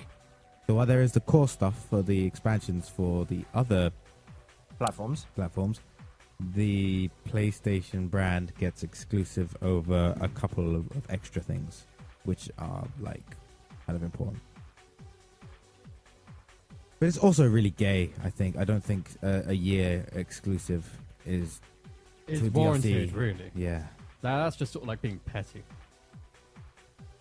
To be fair, Microsoft have done the same in the Yeah, past. exactly. I haven't agreed with it with Microsoft. I I'm not still going to call start it- agreeing with Sony. Petty when either of them do it because Yeah. no, I just want the games, man. Just share it to everybody. Nobody. Why would you deny game? Then it's obviously all about money and gain and people. So it's like, oh, Yeah. yep. Unfortunately, that's the world we live in where money does rule. And because money rules, we got Nintendo saying, you know, if we make any more consoles, they're probably not going to be region locked, right? Yeah. Yeah. Yeah. We also got Nintendo not really giving a shit because they have enough money to last So them Nintendo ages. just sat there at the moment going, we may not be able to stand on giant stacks of money, but we still have the moral high ground. No, they do have their savings. They have ridiculous amounts of money. Yeah, they can operate for a good long amount of time whilst posting a loss. Yep. Depending on how much of a loss. Oh yeah, obviously, but yeah, within Also, reason. they're the oldest of the companies, so they're like experienced and Wizened. probably have embarrassing baby pictures of Microsoft and Sony that they're threatening to bring out. Yeah, I know. Oh, Grandpa. Hey, back in my day. Should we just move on with the other bits? Have we lost Pete again? We lost TK. He's eating No, or something. I'm here, don't worry. Oh dear. Sony. Yes. Talking about Sony again. Seeing as we're talking about consoles. I don't know more. why we've lost Pete, because we still appear to be connected to everything. Oh, well, maybe he's just buggered off. Sony has reported an increase in sales as a company thanks to the PlayStation 4. It seems that the game and network service division has increased nearly 100% Oh. in sales. Pete's making noise, we just can't hear him. Oh, that sounds like normal then. Did you mute him again? No. Oh, hang on, maybe Winamp did. Hang on a minute, let's check volume levels on the fucking software. That's There he we gets go. for- There we Yeah. go. That's what he gets for refusing to whip the llama's ass. Yeah, close the llama's arse and it gets all upset with you. Jesus Christ. Yeah, okay, Pete's back. You dick! Whenever I get the chance, thanks. I'm sat here interjecting, and I'm not going. They're just ignoring me. They're just ignoring me. No, Sean- they can't hear me because my mic's been turned down. You could have Oh. pinged a message up on something. He said Check. interjecting. Okay. Hangout. Now, even though the sales division has increased immensely due to the Where in PlayStation the 4 Hangout? success, Yes. the whole of Sony has posted loss still due to what they call an impairment of goodwill in their mobile division, which is probably mean one company has sued them again or another company. You know what it's like in the mobile market? It's ridiculous. Apple suing Samsung, and then Samsung going, "Hang on, we're suing you because you're taking this payment from us," and it's like, And guys. then Apple winning over a fucking design thing, and Samsung going, all right, but we're just going to increase the cost of our chips to you by about a third. Have fun with that. recoup those losses. No, Yeah. it doesn't make sense. I don't know why Apple keeps shooting themselves in the foot, where they're like, "Yeah, we're going to get all this money from Samsung." It's like, we supply to you, so we will just increase costs. Who else can supply you this They stuff? pretty much did, actually, yeah. We won't stop selling to you. We'll just get our money back from you. It's a so good. mobile thing, though, isn't it? It's just patent war and bits and pieces that get thrown around. I mean, now. you look at Apple at the moment. I think one of the heads of Apple is really irritated at the upcoming cheap smartphone in China. Was it from Xiaomi? I don't know, but you also got Google. The major one in China, yeah. Yeah, that's wanting to increase its operations globally now. They're saying, well, it's a rip-off of Apple, a blatant rip-off. Look, they have slightly rounded edges. And Look. a screen! They have icons on their screens. It's like, well, hang on. To be honest, you could say that's taking Apple's design. If you ignore the whiteness of the case and stuff, and you look at just the app layout and stuff, it's like, well, that could be an Android. What makes you say it's a... That's about the only design feature Apple can claim is true to their own is the Apple White. Yeah, Apple Or as One. I call them, the Mugby headphones. Well, I'd like to see Apple actually try and push that through, because I don't think they're going to be able to beat them in China. No, in no, anything. it's the fact that they're coming out of China that Did they're we just getting brown busy. out? No, Oh. This one, the light just dimmed for like a full half second. no. Moving on, EA Access. Apparently, thing, yeah. the experimental digital subscription service that they've pushed through is the uptake is well beyond the early expectations. Now, I hadn't really been aware of this, but EA had done an EA Access with the Xbox. Yeah, we talked about this about 3 months ago. So it's been a bit of a while. It's announced in July, currently in beta, offers a vault of games for £3.99 a month or $19.99. Only available to Xbox One. Currently, the games in beta are FIFA 14, Madden NFL 25, Battlefield 4, and Peggle 2. Need for Speed Rivals added in September. Peggle 2. Yeah, there's your crack right there.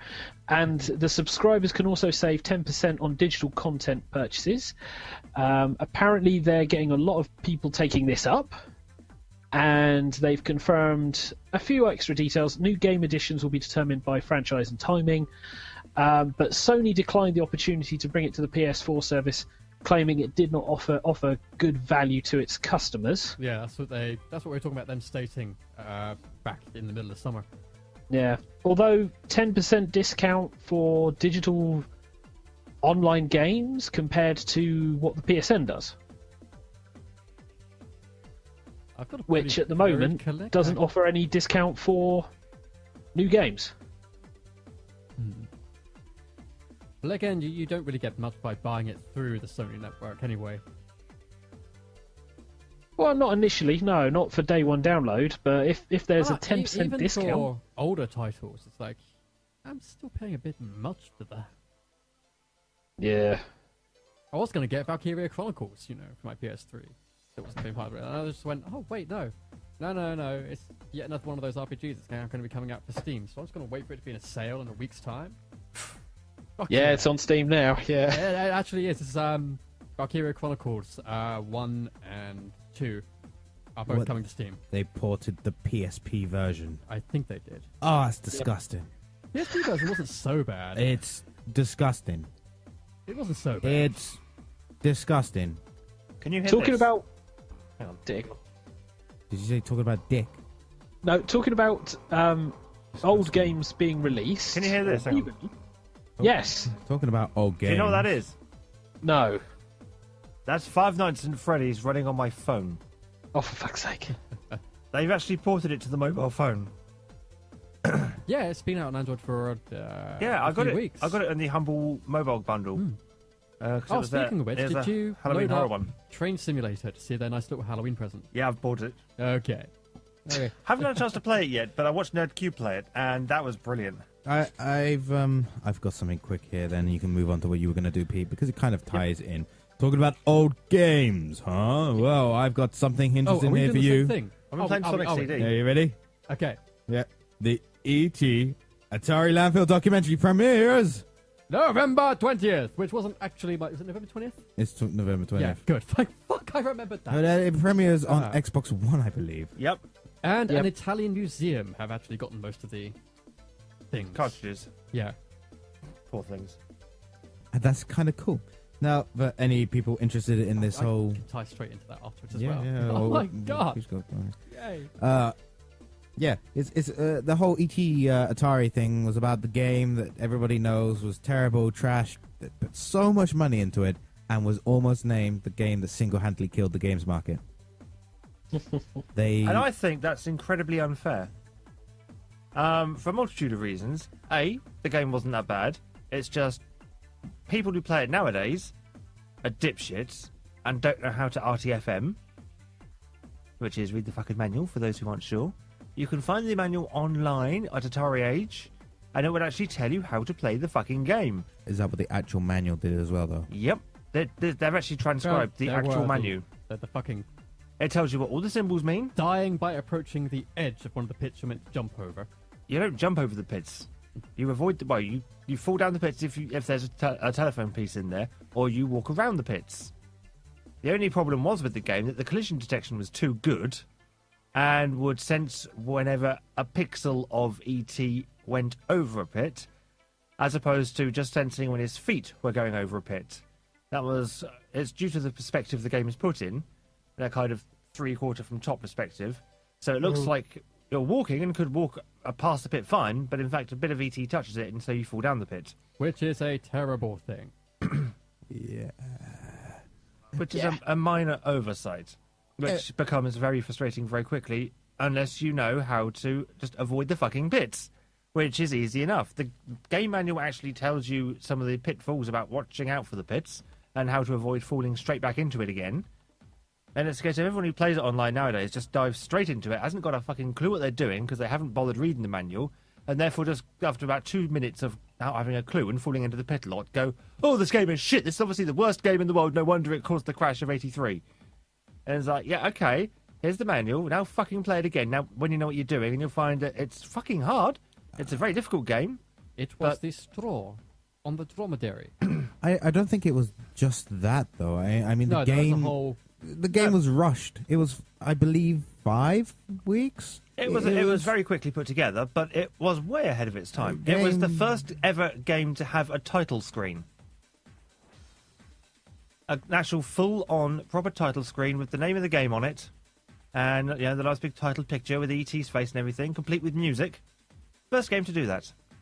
And I think it was the first game to actually have a proper ending as well. You could beat and complete the game, whereas all other games before then would just go on infinitely until you died, and then you'd log your high score. But that Or was you because they were hit the trying to... high score max or whatever it was. Yeah. That's because they're trying to cash in on the EP thing, so they but were it- pandering to it. But that doesn't matter. It's still the point that it was the first game to have these things. In some I will ways, say it was this, ahead of its It time. was not a well-received game for the flaws it had, and it was the tipping point. Oh yeah, I mean, I can single-handedly give you exactly what caused the gaming crash of '83. It was basically the bedroom programmer industry was part of it. Nope. One simple word. Activision. Activision caused the gaming crash of '83. For the simple reason is that way back in the way of Atari, programmers didn't get their names on the boxes. That was just the way it was done. That's what their contracts all said and what they agreed to when they signed up. However, and they also didn't get royalties on the games, they got a flat fee. But when gaming started becoming big and Atari was making a shit ton of money, 4 developers kind of went up to Atari and went, well, they went up to Warner Brothers, who'd bought Atari by this point, and gone, well, we think, A, we should get names on the box, B, we think we should get royalties. And Atari, in the end, relented on royalties, but still said no to the games on the box. So these guys left and became Activision. They formed Activision and then started making games for the Atari 2600. Atari were like, no, fuck off, that's our console, you can't make games for it, and took them to court. The court ruled in Activision's favour, and thus allowed third-party developers to spring up, and with them, the deluge of shit games that then flooded the console, put consumers off buying the console games, and caused the gaming crash of '83. The final straw of which was the lack of popularity there of ET. So basically what you're saying is that because Activision did the right thing, but then it caused the wrong thing to happen. Basically, Activision, well, the programmers behind Activision got greedy. Their flat fee was a very nice flat fee. It wasn't like they were scraving for pennies. It was quite nice, and the Atari work atmosphere was an amazing place. But because they got greedy and wanted to follow the money, they caused the gaming crash of '83. Well, we've got a similar situation going on these days, but there's a much better spread of ways to get this stuff out, and Yeah. Yeah, so moving on to how older games are being spread out and re-released. yes. Back onto gaming news. Enough of gaming history, now on to gaming news. Yeah. The Good Old Game Forum members sort of accidentally uncovered some news that Good Old Games didn't want to give out yet, Oopsie. which was the Good Old Games DRM fully working on modern operating systems re-release of X-Wing and TIE Fighter. That's the news I was going to talk about. This is actually the special edition, which means you have the collector's CD-ROM and both True of Duty expansions, Imperial Pursuit and B-Wing. Which were good.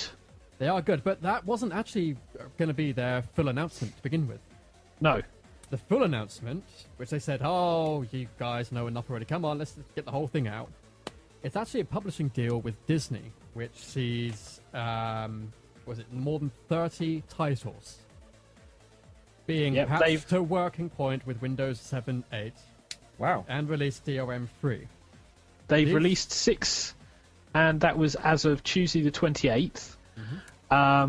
Star Wars X-Wing, Star Wars TIE Fighter, Sam and Max, Secret of Monkey Island, Indiana Jones and the Sam Fate of and Max Atlantis. hit the road. Yeah, Never Sam and Max quite. hit the road, Secret Monkey Island Special Edition, Indiana Jones and the Fate of Atlantis, and Star Wars Knights of the Old Republic. Yep. Does that mean I can get Sam and Max again without having to dig out the old discs? Yes. And it will £3 fucking 69. Oh, that's a fucking bargain. I'm so tempted. That's one of the games I've not yet completed. I completed hoping- Day of the Tentacle, which I'm hoping to come out again. That's a brilliant game. I'm hoping they do Knights of the Republic 2, because that one's also a bit persnickety about working on modern operating systems. We'll have to see, because they did say a large number. Yeah, more than 30 games. Yeah. Lastly, then, to wrap up the gaming news so we can catch up on then with the other stuff. Twitch. They have banned sexually suggestive clothing in new terms. Yep. For the players, not for the game characters. Well, actually, the way that it's Otherwise, interpreted... no one can stream Soul Calibur anymore. No. The way it's interpreted is actually... I'll let Pete start and then carry on. They start with a cheeky line. Nerds are sexy. You're all magnificent, beautiful creatures, but let's try and keep this about the game, shall we? And then they update the rules of conduct. Wearing no clothing or sexually suggestive clothing, including Swimsuits. lingerie, swimsuits, pasties, and undergarments, I'm assuming that's an American thing, is Pasties prohibited. is the term, actually.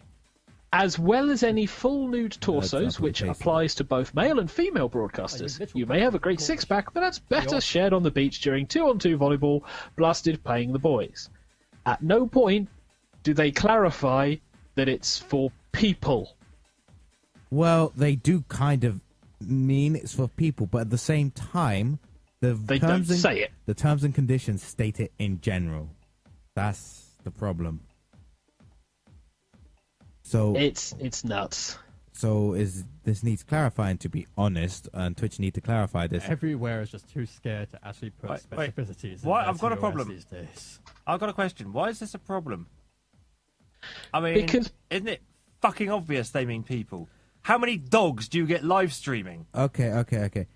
There's a game I've got on my Vita called Akiba Strip, where it's based in Japan, and you're a vampire that dies to sunlight, okay? But wearing clothes doesn't kill you. It's only when you have no clothes on, other than your underwear, do you die. So to kill the enemies in this game, you have to strip them. Which is kind of comical, actually. It's not like sexually stripping, but it's still stripping them. It's like, I punch you, you die. It's like martial arts. Great. That's like instead of Simon Belmont getting cursed by Dracula, I punch you. No, yeah, literally, the enemies are trying to tear off your clothes, and Although, like, if you take off Simon Belmont's pants, he doesn't really have anything left. Are they He's going to just a re-release this oily game where you're playing as a member of One Direction and you go to a concert and then walk into the crowd? It's a really comical game. It's not really sexual at all. It doesn't feel sexual when I play it. It feels more like it's overblown comedy dumbness. But it's like, well, can I stream that game on Twitch then? Because that's you could interpret it as sexual if you wanted to. I don't think we're going to know until it gets brought up as a complaint. Yep.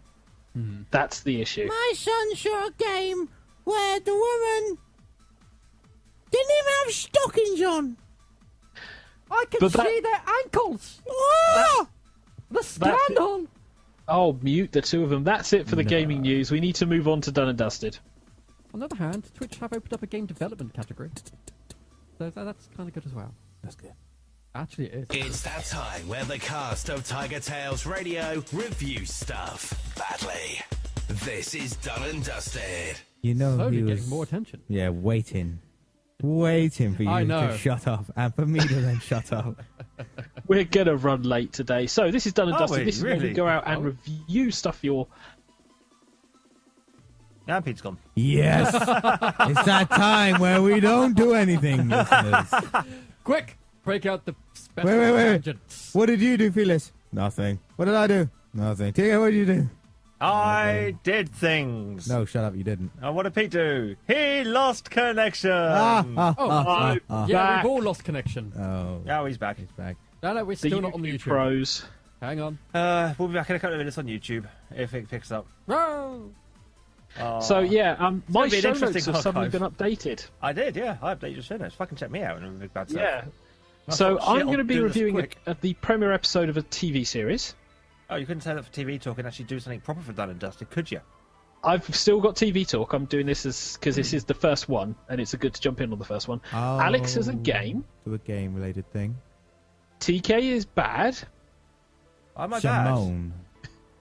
Shimon, motherfuckers. Hedgie apparently is there and will also talk No, about no, the same no, thing he's not. and or video games live. This was a potential in case he was doing it. I didn't know, so. But he's not in tonight, so. He's not in He's tonight's in, show. but- He's in. He's not in tonight's show. So do Actually, you want to he's start out, then but with your not out, review out. of Wicked? Wicked, yeah. WKD. I think it was September of 2013, we saw Wicked was coming to the Mayflower. And we thought, yeah, we'll get tickets for Halloween. And he looked again and realised it was for Halloween 2014. And he was like, oh, okay, fair enough. So we booked the tickets and then we waited a year to see Wicked in the Mayflower in Southampton. We were like, yeah, it's going to be cool. And it was. Wicked is the story of how the Wicked Witch of the West became the Wicked Witch of the West. Starting life nice and early, and pretty much charting through her life. The first half goes through her life up to the film, and then the second half pretty much covers the events of the witches while the film is taking place, with a couple of references to the to certain points in the film, without actually explicitly showing anything from the film. It is a very, very good musical. The songs were brilliant, although you couldn't fucking make out a word they were being sung because the Mayflower sound system is shit. So Oh, God, yeah. As soon as I got home, I purchased, and I actually purchased it, the soundtrack on the Google Play Store. And so then listened to the music and actually heard what was being sung, and it made the experience that bit better. It's a very well done show, absolutely brilliant. The special effects in the show were quite nice, few and far between, but the ones that were done were actually very nice. And the actual story, for the most part, I found was thoroughly enjoyable. It annoyed me in a few places, because they decided to start pissing all over established canon, but I'll come into that in a minute.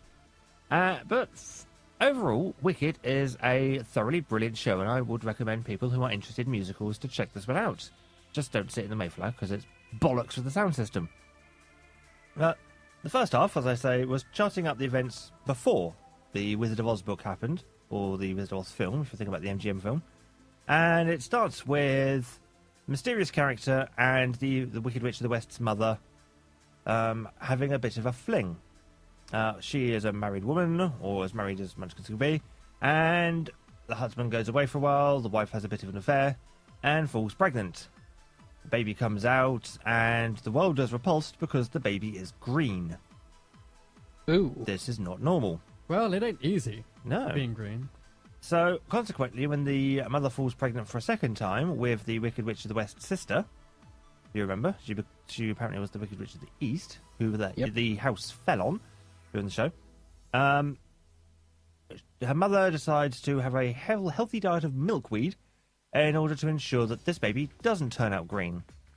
However, it results in the birth's premature birth and kills the mother during childbirth. Ow. As a result, you don't see this. This is all kind of done in exposition.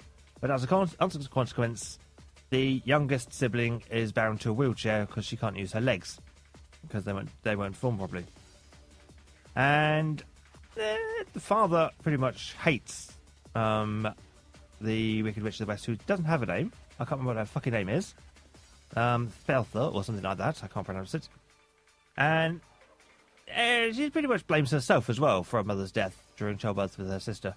And so it's a pretty miserable upbringing, and basically everyone hates her because she's green. She's not normal. She's a freak. But they go to school, and it's a very exclusive school for the people of Oz. And the headmistress there will teach sorcery to very select few people who she deems worthy. And what's the good witch's name? Glinda. Glinda, yeah. Or Garlinda, she starts off. End up sharing a room. Garlinda is your typical cheerleader style, incredibly shallow, incredibly vapid. Thinks she is better than everyone else on the entire planet. Has her little clique of friends who are just basically yes men to agree with everything she says. But of course, in true style, she is the most popular girl in the school. And Theltha being the least popular because she's green. Due to an unfortunate series of events at the start of term, they end up sharing a room together. Oh dear. However, Garlinda is exceedingly annoyed when she is not picked to take part in the special sorcery classes, because she thinks, she's natural, she'll be the best at them. Being roomies together leads to a couple of interesting songs where they basically decry their everlasting hatred for each other. The song that pretty much sings about how much they loathe each other's existence. And it carries a line of that where the Wicked Witch is being bullied for a while. But as the show comes together, a couple of events happen which cause the two to become friends. The Good Witch Garlinda, or should be known as the Good Witch eventually, falls in love with a chap who's also named, I can't remember, and I don't have the wiki page up in front of me to find it out. So she falls in love. Wait, what do you need to find out? Just character names. So let's bring up the Wikipedia page. Yes, please. Because I don't trust this machine to do it without falling over, because Chrome has been very unstable recently. Fireo? Yeah. Or Freya, or something like that. God. Yeah. Falls in love with him. Now, there is a problem in Oz, though. The talking animals are being persecuted. And basically, there used to be lots of them teaching in the schools, and it ends up down to being just one, who's a goat, who's teaching in the school Elphaba and Garland are studying at. Which name are we looking for? Green woman, Elphaba, I think her name is. Yeah, Elphaba. Elphaba. Oh Yeah. my god, this is like, we'll create the worst bunch of names for a cast ever. Exactly. No, Elphaba actually works, kind of. Yeah, ish. It's at least written down. It's very memorable. Yeah. Well, she is very much concerned about this fact, and she is basically, she's the freak. The goat teacher is very much also seen as a freak. Yeah, no one else really pays much attention to him, so she kind of has a bond with him. And when she finds out about this trouble in Oz from him, that teachers are being taken out, and they're ending up not being able to talk anymore, which is, of course, in Oz a terrific tragedy, because the whole fantasy is based on the talking animals as well. It comes to a point where it is our teacher's last day at school, and he is pretty much dragged out kicking and screaming because he won't shut up about this fact and is basically being silenced. Dr. Dillamond. Dr. Dillamond, that was it. And of Shiz School, yes. And the replacement comes in and has a lion cub in a cage and introduces the audience to Is that the Winky Prince Fiero? That's who they fall in love with, yeah. Fiera. The Winky. Yeah, that's their name, the Winkies. That's the species. Like the Munchkins. No. But the Winkies are another descendant of Oz. So, but the audience and the class are introduced to this chemical that you can inject into these animals, which basically retards their ability to speak and makes them kind of subservient and stuff. So, which is, of course, this is a brilliant thing. It's progress, yada, yada, yada, yada, yada. We can keep these animals in cages for their own protection, etc., etc., etc. Elphaba and Fiera then embark on a on a sudden coughing fit. Hang on. Pardon me. Intermission. They quickly rescue this lion cub and set it free, and realise that they've both done this together, very much heat at the moment, and realise that actually maybe they're not so different. Maybe he doesn't quite love Garlinder as much as he thought he did, because she's very shallow and can't really see the problem with them killing these animals or locking them up or taking away their ability to speak. And he's very much in the mind of, actually, no, this is a bad thing, we need to do something. And he ends up falling for Elphaba. Oh no, love triangle. So we've got these now two best friends, unwittingly competing for the same chap. I mean, Elphaba's very much, no, he's Garlinder's, I'm not going to get involved, but obviously can't stop the feelings. And now let's make it a square. Exactly. At the same time, Elphaba's sister is also having a bit of a love affair with a character named Bok or something like that, who is madly in love with Garlinder, but she's not interested in him in the slightest. So she basically says, "Well, why don't you take Garlinder's sister out to the ball because because she's in a wheelchair and no one's going to take her out. So basically, show her some love, which she gladly does just to please Garlinder." When everything starts kicking off, and they get to basically, Garlinder's like, I don't see what the problem is, yada yada yada. It's terrible what they've done, and just to try and prove, that she does care and she is empathising, she decides that in honour of Professor Dillinger's name, I'm going to change my name because he always mispronounced it as Galinda. So I'm gonna take out the Gar and just make myself Glinda in his memory. To which everyone goes, yeah, okay, whatever. No one really gives a shit. And that's how Glinda gets her name. Of course, this doesn't... Is that before or after the party? I think that's just before the party.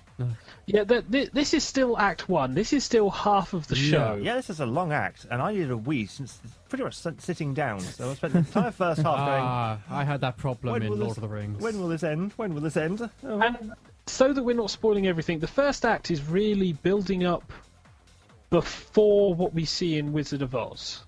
Yeah. And it eventually comes to a point where they're invited to go and see the wizard. So you get to see the wizard and all his fancy, oh, I'm the wizard, yada yada yada, which he immediately drops the moment he realises who he's speaking to. And says, I've got this book of magic, can't read much of it, but since you're now trained in sorcery, maybe you can read it. And it reveals that the headmistress is also with the wizard. So they give this monkey, and they try to do a levitation spell, which makes the monkey grow wings. It then transpires that the monkey, just to read. Yeah, just to read. It also transpires that there's a whole group of these monkeys in cages behind who now all have wings, and the flying monkeys are created. But the main plot point here is that Elphaba actually randomly has understanding of the lost language in the grimoire. Yep, just kind of natively. Yeah, there's a whole lot of stuff, which we won't spoil for people who want to go and see Wicked. Spoiler alert! It's not. Wicked monkeys! It's not spoilers, it's all in the wiki page. I know! Really?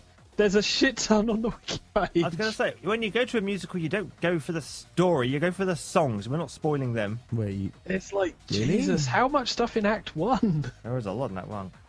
And that's all before they eventually then start winding back towards the story of Wizard of Oz, Oh, yeah, because which, from skim reading, I think is where you have issues with. the thing ends with basically the two friends parting ways.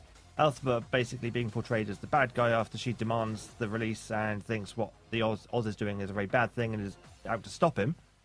And Glinda basically saying, well, we can't really do much about this. We might as well go along because the Wiz is amazing and wonderful, and we should do what he says.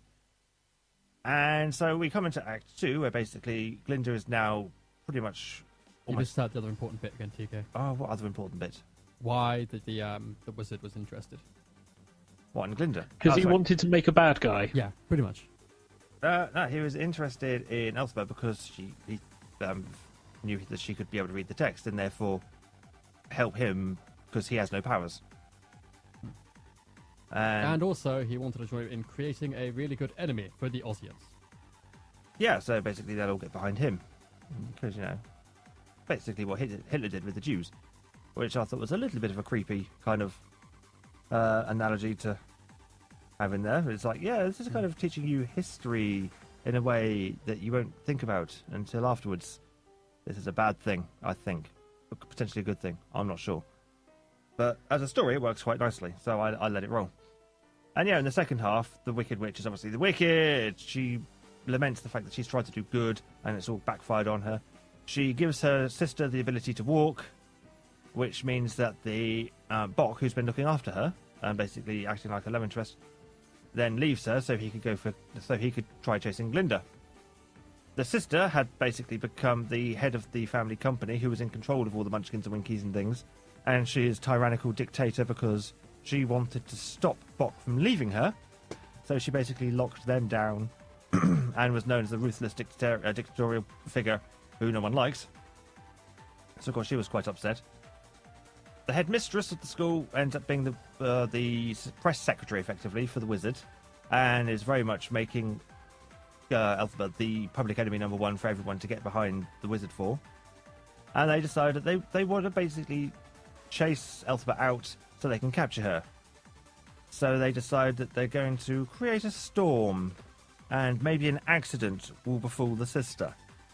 And this is where we start getting into the film, because as we know, the house with Dorothy in it comes down and squashes the sister. Which, when you see it in the film, everyone's saying, oh, bah, ding dong, the Wicked Witch is dead for things, and it's like, okay, don't really think about it. And now that we know that the sister was basically an innocent bystander in the whole thing, it's like, well, that's just wrong. That's not cool, guys. That's seriously not cool. The wizard is a dick. They're really driving home the fact the wizard is a dick. So, of course, this causes Elphaba to go on a bit more of a rampage. Fiera still can't hide his feelings, though, and they end up going off together, leaving Glinda. Glinda was a little bit upset about this, as is most of the Aussians and everyone else. We probably lost Pete. I think so. That's why he's not interrupting anymore. Yeah. And everything has come up red. So Yeah. this will be for people listening to the archives. Well done, you. We apologise for these interruptions to So, our regular service. I'm going along and trying not to add the extra plot-related parts that TK skips. No, carry on, because like I said, Like I say, she heals Nessa, what's her face? yep, the sister. It's actually the ruby slippers was what let her walk. Oh yes, That's where they came from. Yeah, At that point, Nessa Rose seals off Munchkin Land, strips them of all their rights to leave to try to keep Bok with her. yep, Bok refuses to stay with her, saying he wants to go find Glinda. She basically tries to cast a spell to make him fall in love with her, backfires, Oh, yes. removes his heart. So she basically cyborgs him and turns him into the Tin Man. Well, no, because Nessa steals the book and starts reading from it to stop him leaving, and yeah, accidentally removes his heart. Yeah. So to save his life, Elphaba then turns him into the Tin Man. Right? And then she blames. Yeah, and then she blames Yeah. Elphaba. Nessa blames Elphaba for it. It's all your fault. Rah, rah, rah, rah. Meanwhile, Elphaba was trying to free the remaining winged monkeys. Yep. He says just the whole "join me, we can rule" speech again. Yep. She tries to escape, and she finds, that the magical speech-stealing cages are now containing one Dr. Dillamont. Yep. Well, she was prepared to join the wizard as long as he Until- freed the amazing monkeys yeah. until Dillinger came out with no speech. She escapes and bumps into Fiero, who actually proclaims he does love her. Yep.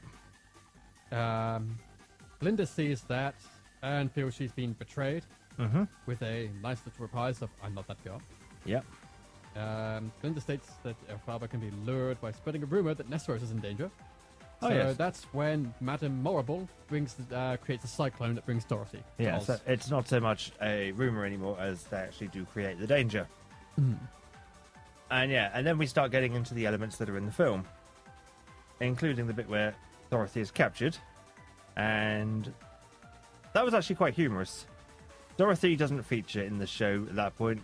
She's under the stage. There's a trapdoor in the stage which Elphaba lifts up and shouts down. It's like, no, you can't come out until you give me those ruby slippers, and then slams the lid down, because they're basically the only keepsake of her sister that is left in Oz. So she wants them for sentimental reasons. Which, when you think about how it was in the film, she was like, "Give me the slippers!" Rah! Yeah, it's And weird, now you know 'cause why. That's the point where the Tin Man and one of the lions that Elphaba set free are basically told, go, kill her, and bring back the broomstick because reasons. Yeah, I'm not quite sure about the I'm broomstick. not sure why he wanted the broomstick, really. It doesn't say anywhere in the rest of this synopsis. So. No, it doesn't. They don't really bring it up in the film because it wasn't. It was the ruby slippers that the Wiz wanted, or the wizard wanted in the film. In the film, yeah, on the stage play, he wants her broomstick, and she captures Dorothy and demands that the slippers be returned. Yeah. But why the broomstick? No idea. Because she doesn't even want ruby slippers for anything apart from a memento of Nesseros. Yeah, it was like the last thing remaining. It was for sentimental reasons that she wanted the slippers, which is a nice touch. It doesn't really.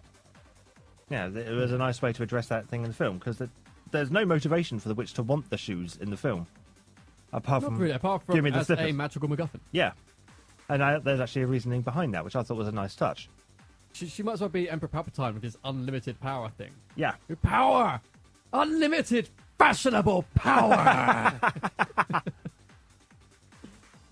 and there's some nice songs. Did you want me to carry on reading from the synopsis bit here? Yeah, quickly carry on. At that point, Glinda shows up and tries to defuse the whole thing. Mm-hmm. Where are we? So I was actually scrolled a bit. There we go. Even though Elphaba actually sort of says, no, I don't want to let her go, Glinda and Elphaba actually forgive each other in the end. Yep. Acknowledge they both done goofed. And Elphaba gives the Grimoire to Glinda. At that point, they both embrace and make up. And then immediately afterwards, Dorothy throws the bucket of water, who melts away. Or does she? Or does she? Because, all Glinda saw was their black hat and vial of green stuff. Yeah, there's a vial of green liquid. Now, the actual way they do that on the stage is quite nice. They just draw a curtain, and it's all done with shadow puppetry. And you means actually I see the witch melt.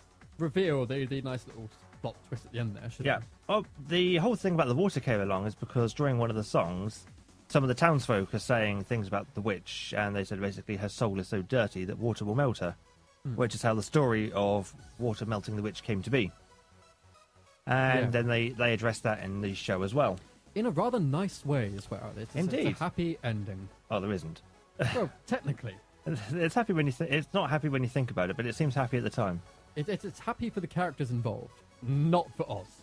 No, other way around, I'd say.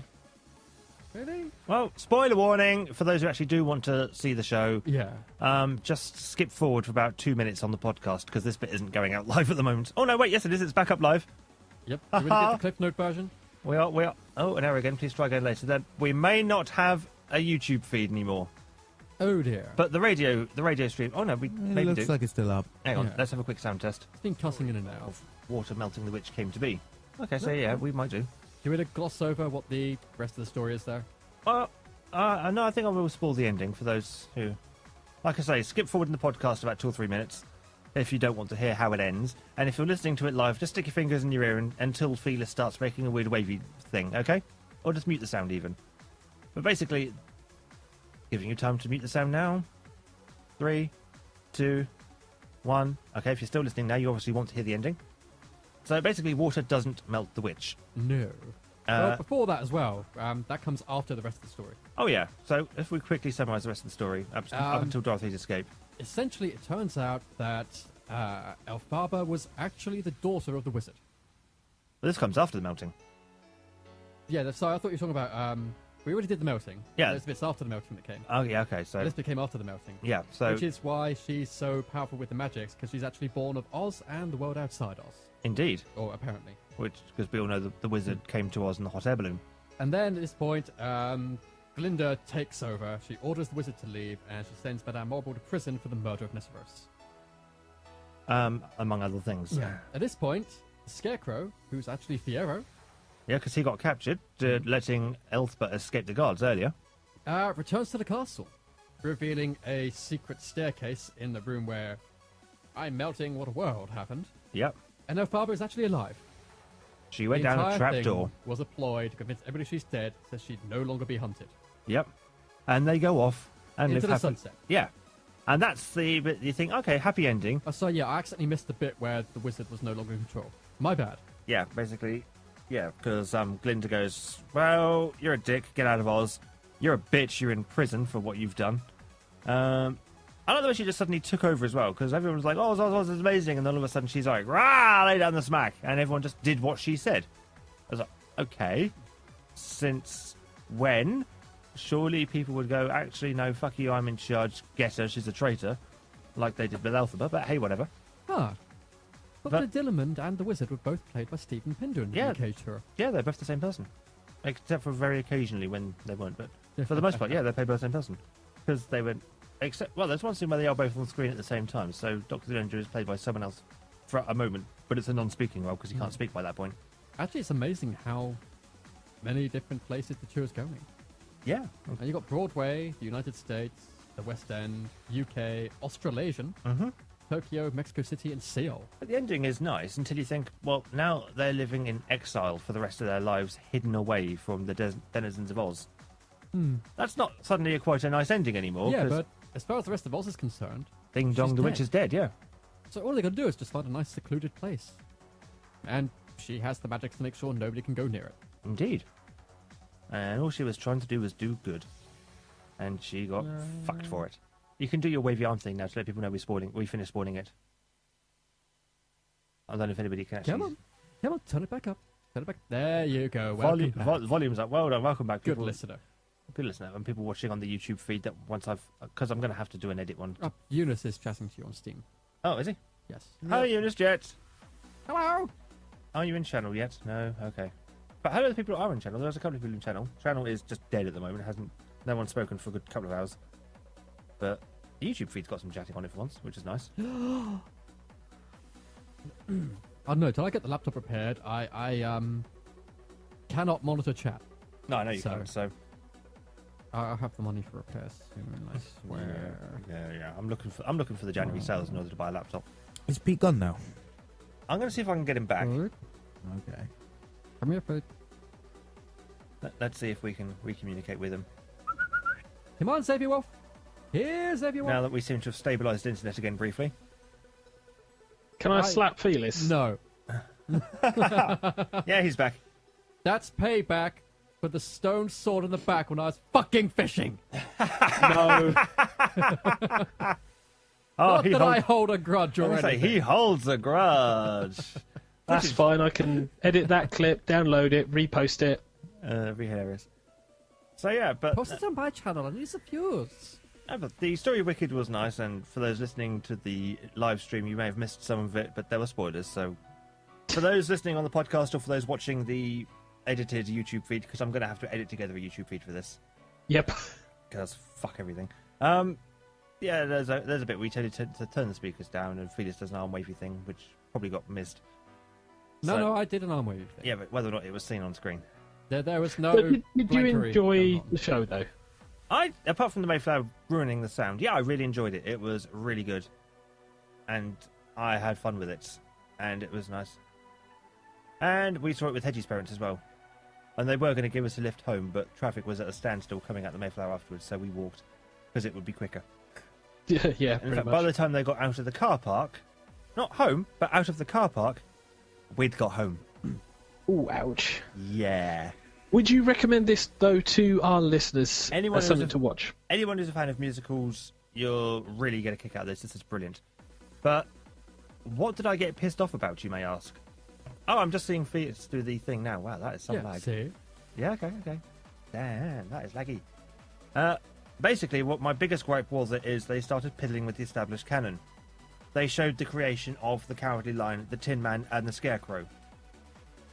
And they were wrong.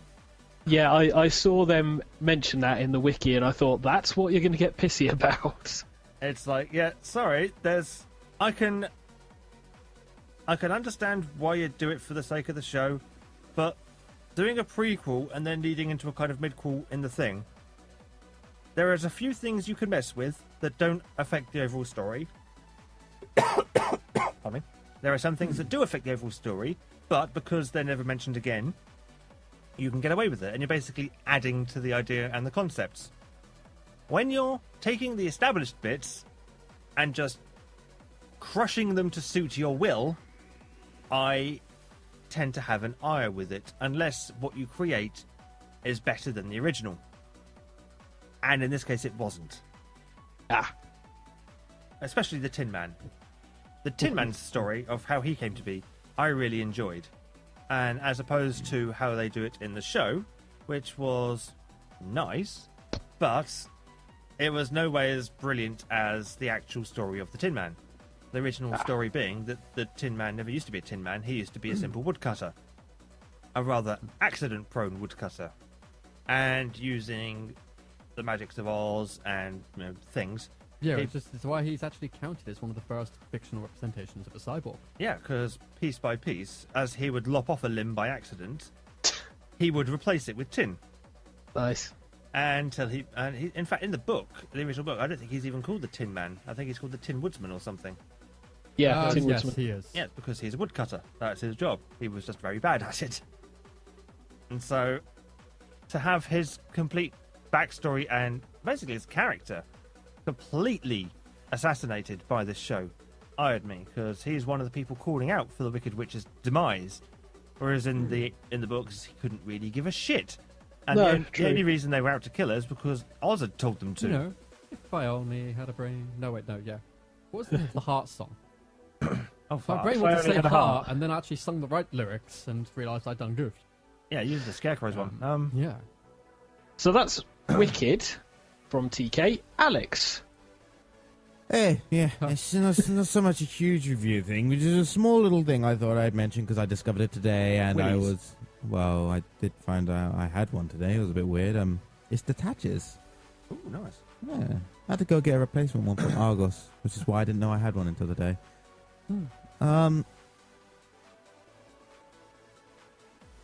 You're Sorry, reviewing? I was rebooting. That's my excuse from earlier. Yeah, so I've been messing around with a little web app called Dragon Age Keep. Now, for those of you that may or may not be paying attention to the modern games coming out in the next few weeks to a month. As opposed to the retro games coming out next. Oh, wait, no, that actually is a thing. I can't be sarcastic, for fuck's sake. Yep. Denied. Dragon Age Inquisition will be coming out. Pretty soon. I thought that was already out. 2 weeks' time. No, some places have already played. No, not 2 weeks' time. It's like 3 weeks' time. 20-something. Okay. Anyway, they have an app available which you have to log in through your Origin account that lets you do pretty much a load of choices from Dragon Age Origins and Dragon Age 2 to contain world consistency for Dragon Age Inquisition. You remember the Mass Effect comic thing where you could actually make your choices between 2 and 3? Or 1 and 2, I've forgotten which one. And it was really, really limited in what it could do. It's basically like a couple of the main choices, and you get a slideshow that gives you the backstory. This is so much more detailed. Yeah, imagine it going from did this character survive, minor character, side quest character, did you kill them or did you, save them and get the sword back? Or did and you save them? afterwards, did you bone them or let them bone you? Not really Did how you it play goes, Barry but- White or Michael Bublé? But yeah, it's incredibly. It's about that detail, really, isn't it? Well, yeah, it's incredibly in depth, and it Did you lets you serve them soup or a light salad? it lets you recreate your experience. It loads up details from your Origin account. So whether you have the PC version or the console versions, it will take the achievements and assume that they are the choices you made during the game, or at least because you could have conflict in choices. It will just assume that the ones that it chooses first. It will do the story consistent. It will do the story consistent ones, yes. So it kind of is accurate, but at the same time, you have to go through it and check and make sure. Okay, I had to go through and go, yeah, no, this is. And it basically, like I said, the main reason is for world consistency in the new game. It's not going to be that, oh yeah, you make a huge difference. They've said, no, it's just mainly going to be because we have reoccurring elements from the old games, such as characters that you used to party with. Yep. And we want the story of the Grey Warden, for example, from the first game that you have, to be told, accurately. Or the story of... Story of And I think we've lost Alex. Not the Grey Warden, but Not the Grey Warden. The other warden. Oh, Hawk. Hawk, to be accurate. So while it won't make a huge impact on the game, it just keeps in line with the I remember that guy. He was a dick. He done this thing, and this thing. So what's the game? It's not. It's not a game. It's not a game. Think of it as like the Destiny card app, but actually useful. Yeah. With you actually can get it actually tells you what each thing is instead of having a fucking picture that you have no clue of. Yeah, you have two little sections at the beginning. It's like you can slide them as one screen's worth. One is Dragon Age Origins, and the other one's Dragon Age 2. And it has different sections. The first one is your hero, so what class were you, what race, what origin. And for Dragon Age 2, were you using action replay? were you a man or a female? Or I were like you how that's still a thing. And what class were you? Because you were just a human, weren't you? Second one, you got the 3 classes and the 1 race. I think you just said class instead of race, didn't you? Yeah. So Okay. no, I said classes and. You said classes and you were human. Yeah. Three classes. You can also choose your romance option. So, Technically 6 classes. did you romance this guy? Did you do this or whatever? You also have a separate section for companions, and I've only gone through Dragon Age Origins because I never played 2, so I'm just going to go through and choose whatever choices I would for this dickhead in 2, but and so you can say, I saved this guy, I killed this guy, this companion joined me, but they died during this event, or I killed them during this event, sort of thing. It takes major events. It also takes minor events. So it can't just be for carrying on effects rippling into the next game, but it just seems more story wise than gameplay wise. And they have said it's just like I read the FAQ, and it's quite interesting because the web app lets you have 9 different world states. Right. Yeah, they actually say you can have 9 separate ones kept at the same time with any combination of the choices. Yeah. So you could essentially have several, they want to have 10, but they said you can have up to 9 different, universes in which, you will be playing in. Which they said you could play the darkest timeline if you wanted to. The darkest timeline. So effectively, it's a way of playing the game without playing the game. Yes. If you've played 1 and 2, or you've played 1, or you've just played 2. I'll put it another way for Pete to understand. Pete, they made Gibbs' save editor redundant.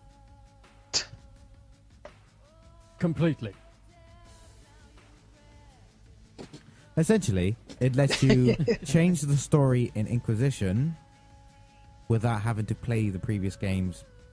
Because from what I've seen from reviews and stuff, they have mentioned so far 2 characters which reoccur from the first 2 games, which is one of your companions in the first one and another companion in the second one. And hopefully everybody's favourite smooth-cheeked dwarf. So it's an interesting sounding thing. Have you enjoyed using this little bit of the I found it out about 9 o'clock. No, 7 o'clock. And he was still on it about 5 minutes before the show was due to air. Yep. We had to drag him away, log out of Hedgie's accounts. I managed to do all of my stuff from Dragon Age 1. Yeah. Because it was pretty easy. I remembered most of the choices, but I was generally good. I was a good Grey Warden, and I didn't sacrifice myself to the dark.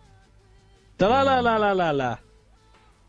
Pete, the game's like 6 years old. I know. I've still yet to complete the damn thing. Shut up. For fuck's sake.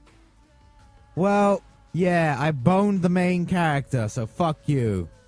Please. Would you recommend this to our listeners? I would recommend it if you want to play Dragon Age Inquisition.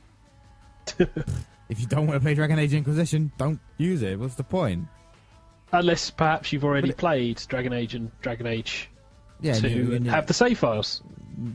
Save files don't transfer over at the moment. That's the problem. No, they you have got to start replaying them whilst you're connected to your Origin account, and then it'll upload. Oh, bullshit! And then it uploads the information to this new thing they have, the Dragon Age Keep. However, it's interesting because they're going to be implementing it with Dragon Age Inquisition, where it'll actually update events as you play through onto there. So it's going to update it constantly with the new things that happen. Also, they said that if you want to change between worlds, you don't have to quit out every single time.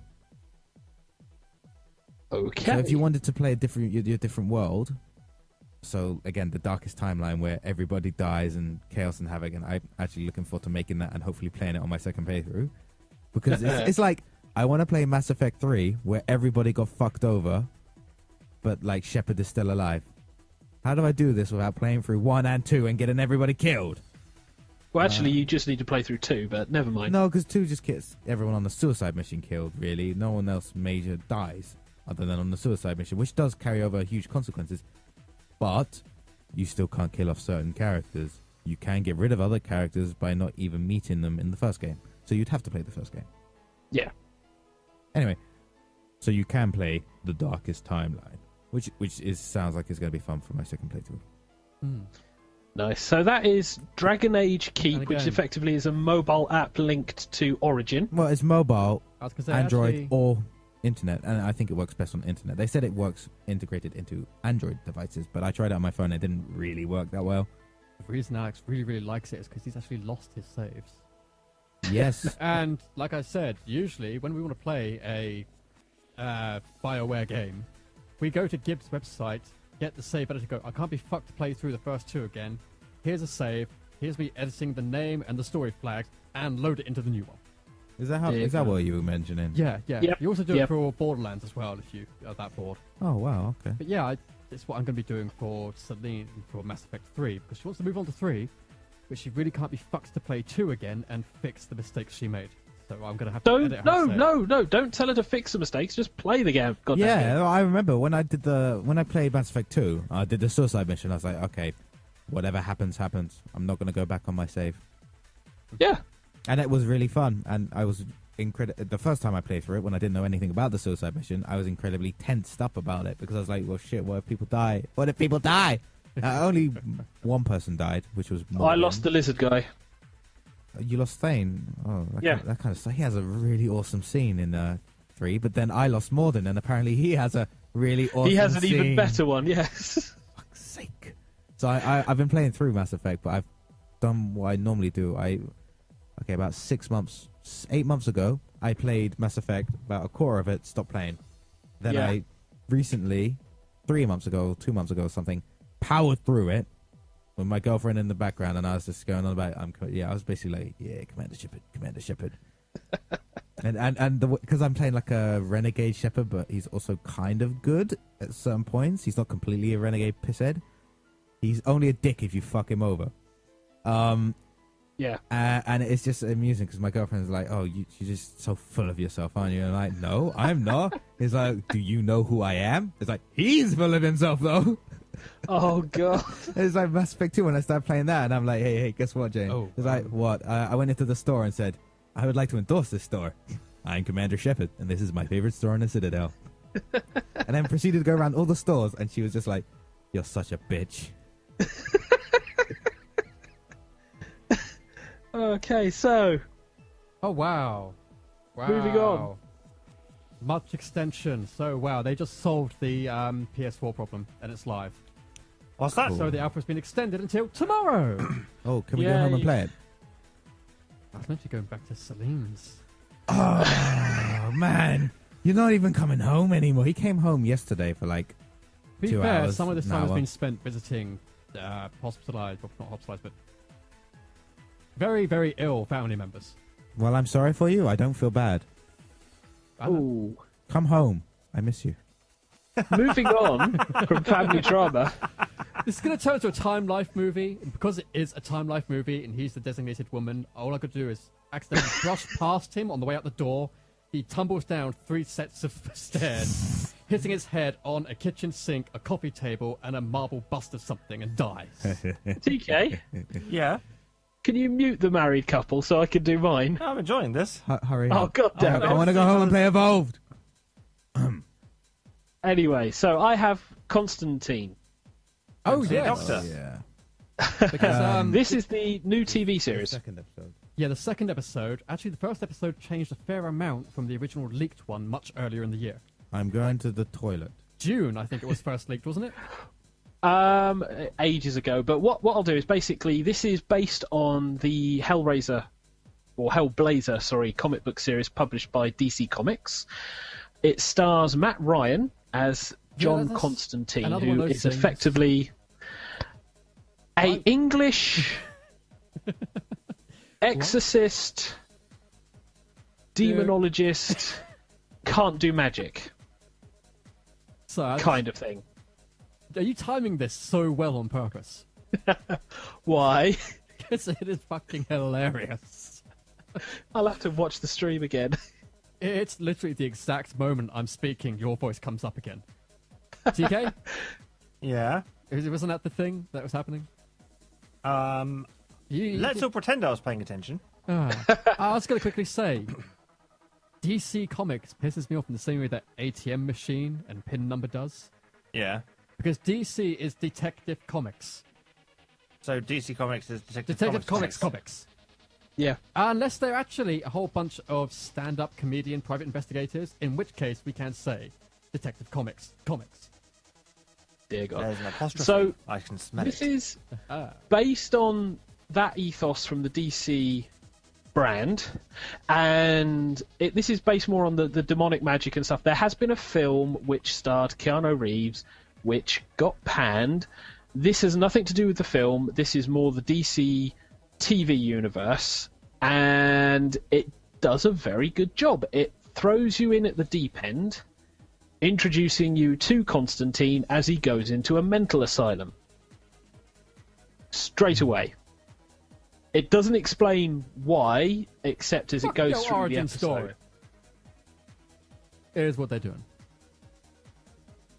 Well, there's bits and pieces that they explain through the episode on why he went in, but he self-admits himself. He receives a message from the grave, and he goes back into doing his kind of job, which is interesting. I mean, it's one of these shows where if you've got a knowledge of the series, because I used to read these way back when, and he is a very strong character. He's an English punk rock fan with bad language, a smoking habit. He's literally the last person you would want to hang around with, but he is also the person you want on your side if anything like this happens. And he ends up with like this little crew of people who help him out in this show. He bimbles around. Well, you think he bimbles around, because he does kind of act in a way of a case of, oh yeah, I know exactly what's going on. Didn't quite work the way I thought it was.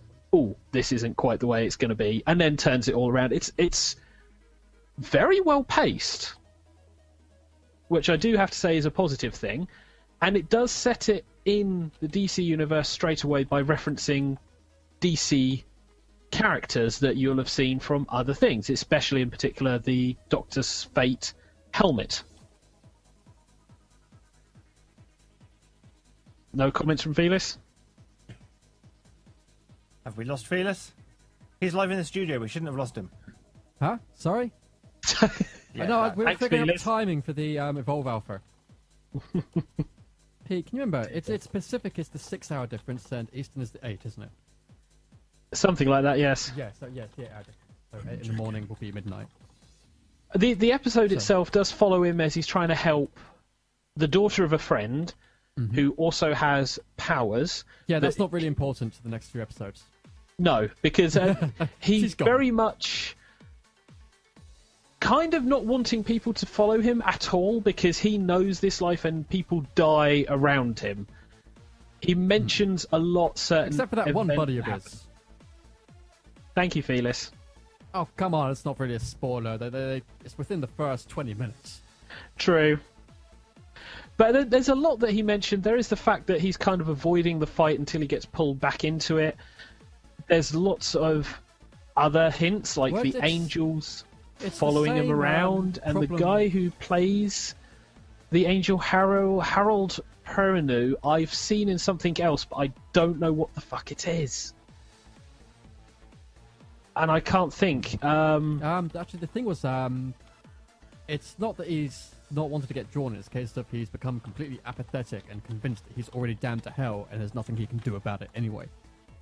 Sort of Pretty a much. post-traumatic stress thing. You know. But in terms of based on the comic book character, it's very well done. He is English for a start. He loves punk rock. He references it a lot. He has the smoking habit. He has the bad language. He has the yellow taxi, which does not contain Shia LaBeouf, which is a positive thing. And there's all these little things that have been threaded into the first episode that I'm fairly confident will start progressing through the series. But for an initial He's also show, with the Trenchcoat Brigade, which is just awesome. yes, but for an initial show, it really speeds the pace up. It really sets the characters up. It builds some initial relationships very quickly, and it's made me eager to actually watch the next episode that came out on Halloween. And the next episode's pretty see good. how that goes on. You want this coming week's episode, which they're sooner than I expected, bringing in Papa Midnight. I wouldn't be surprised if they start referencing. No, he's in Okay. the next. Oh, he's in it? Episode 3 Damn. is the introduction of Papa Midnight. So you've Nice. really got to catch up. And anybody else caught up on S.H.I.E.L.D. yet? That's what we're going to go on to, because that's Constantine. I've enjoyed the initial episode. I would recommend it to comic book fans because it's brilliant, and I would recommend it to people who are looking for something along the same veins as things like Supernatural and a few others ones, because this really has a nice dark theme to it. It really has some nice themes to it that you can follow on, and the characters, especially Matt Ryan, very well played. So I'd heartily recommend it. So that's it for the Done and Dusteds. We now move on to TV talk. Yay! And seeing as we're going to overrun, do you want to start with Doctor Who, TK? Yeah, go on then. Doctor Who this week. Starts off, by the way, spoiler warnings. Seriously, it starts off spoiler Wait, warnings. we did the spoiler warning. Can I do the thing that I said earlier? About the Go on conversation I then. had after last week's show. I was talking with a friend. We sat there going, well, I haven't seen it, but what's the most retarded thing that could possibly be done with Missy? She'll be the master. But I was going to say, there's a whole load of pushing for a Doctor Who female regeneration, and Moffat's not going to be so stupid to push on the whole renewed regeneration cycle hype that the most retarded thing he could do is just bring back the Master as Nanny McPhee. And then I went, but he's not that stupid. Yes, And he I is. stopped, and I went Yes, to my he is. friend, ellipsis. I just said that out loud. It's going to be the fucking Master, isn't it? So, This TK, Nanny McPhee. Oh, Yeah. God. Yeah. And I sort of saw villain reveal thing. People go, the villain's been revealed. Click to find out who the big villain is. And I was like, I'm Missy. And I went, I still don't want to know if I was really right or not. so TK, what was the spoiler? Okay, well, spoiler warnings. Spoiler. At the very, very beginning, Did you want me to bring up the clip? Mr. Pink No. is dead. Huh? Yeah. Yes? You want me to bring up the spoiler warning clip? No, that's fine. Because I can do it pretty quickly, actually. That's fine. Get to the spoiler. Mr. Pink dies. Dun-dun-dun-dun. Mr. Pink gets run over while By chatting. the Doctor. No, while chatting on the phone to Clara, a little old lady hits him in a car. Oh, damn it, little old ladies. The one screenshot I did see is actually he was not chatting on the phone to Clara. We can clearly see the screen of the smartphone, which is not having any incoming calls as she's talking. Nah, he may have been calling her and the screen might have turned off. No, the screen was still on. Oh, really? Yeah. Continuity errors aside. Hilarious. Yeah, so they were chatting on the phone and he got squashed. Clara then has a shitstorm and ends up in a situation where she is at a volcano with the TARDIS and all 7 of the TARDIS keys, and she's throwing them into the lava one by one, which is the only way apparently you can destroy a TARDIS key, and trying to get the Doctor to basically unkill him. Okay. To which the Doctor's going, no, fuck you. It can't be done. Piss off.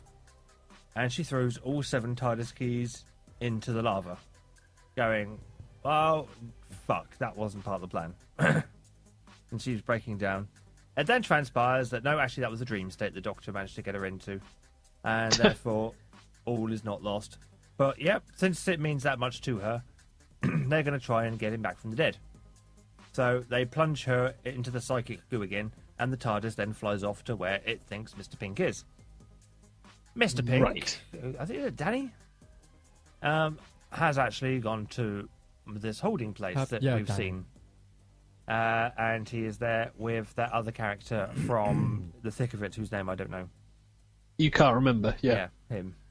The one who I said if he's in it again, it is a happy time. He's back, which is nice.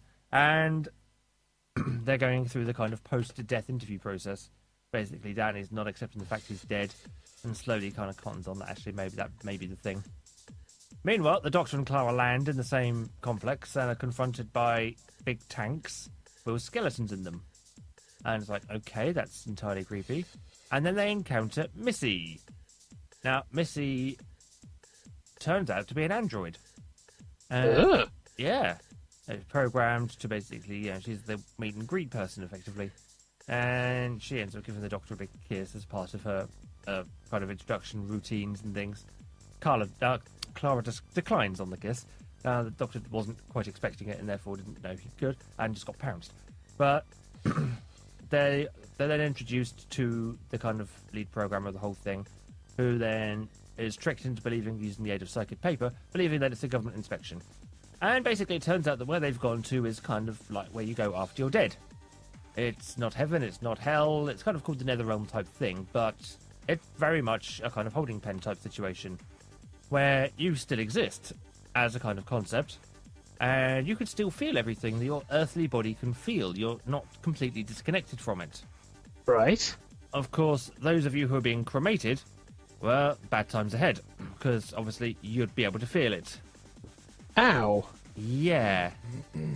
They say the whole thing about how they managed to find all this out, which is, I'll leave that to you to actually watch to get that revealed. But it's kind of grim and kind of bleh all at the same time. Turns out all these skeletons aren't actually just skeletons. They're actually sat down and housed in what's called dark water, which is a water that will basically refract out any non-organic material. So you can't see the kind of structures that are keeping the skeletons in place. Right. And of course, the skeletons will turn their heads whenever the Doctor's not looking at them and things like that, and generally other creepy type things.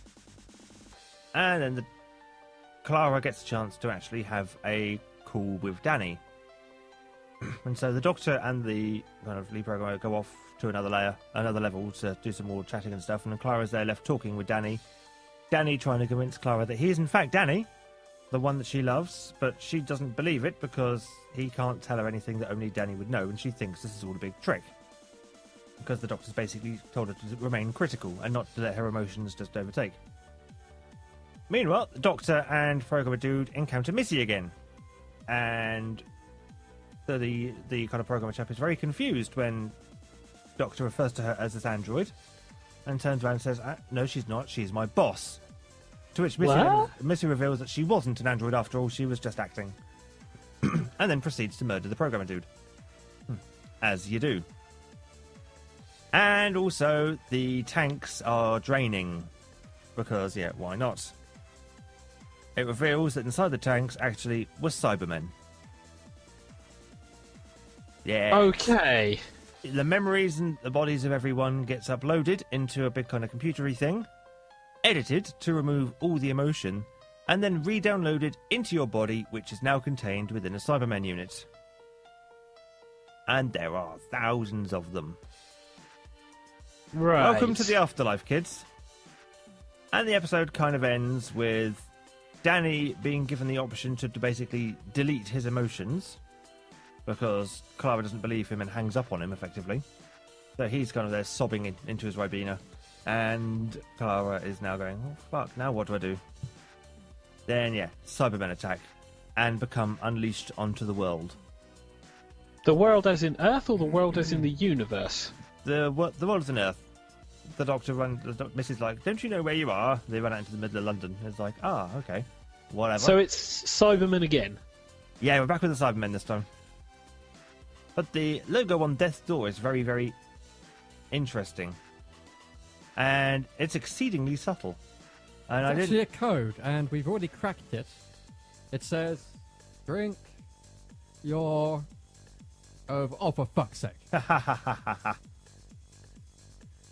No, as episodes go... 23rd of November, and we made a Christmas Story reference. Oh yeah, the ending is, of course, the Missy doing the reveal of who she is. Now, as episodes go, it was conceptually awesome. In terms of the ideas brought to the table, I've got very little fault to it. The execution, I'm not so keen on.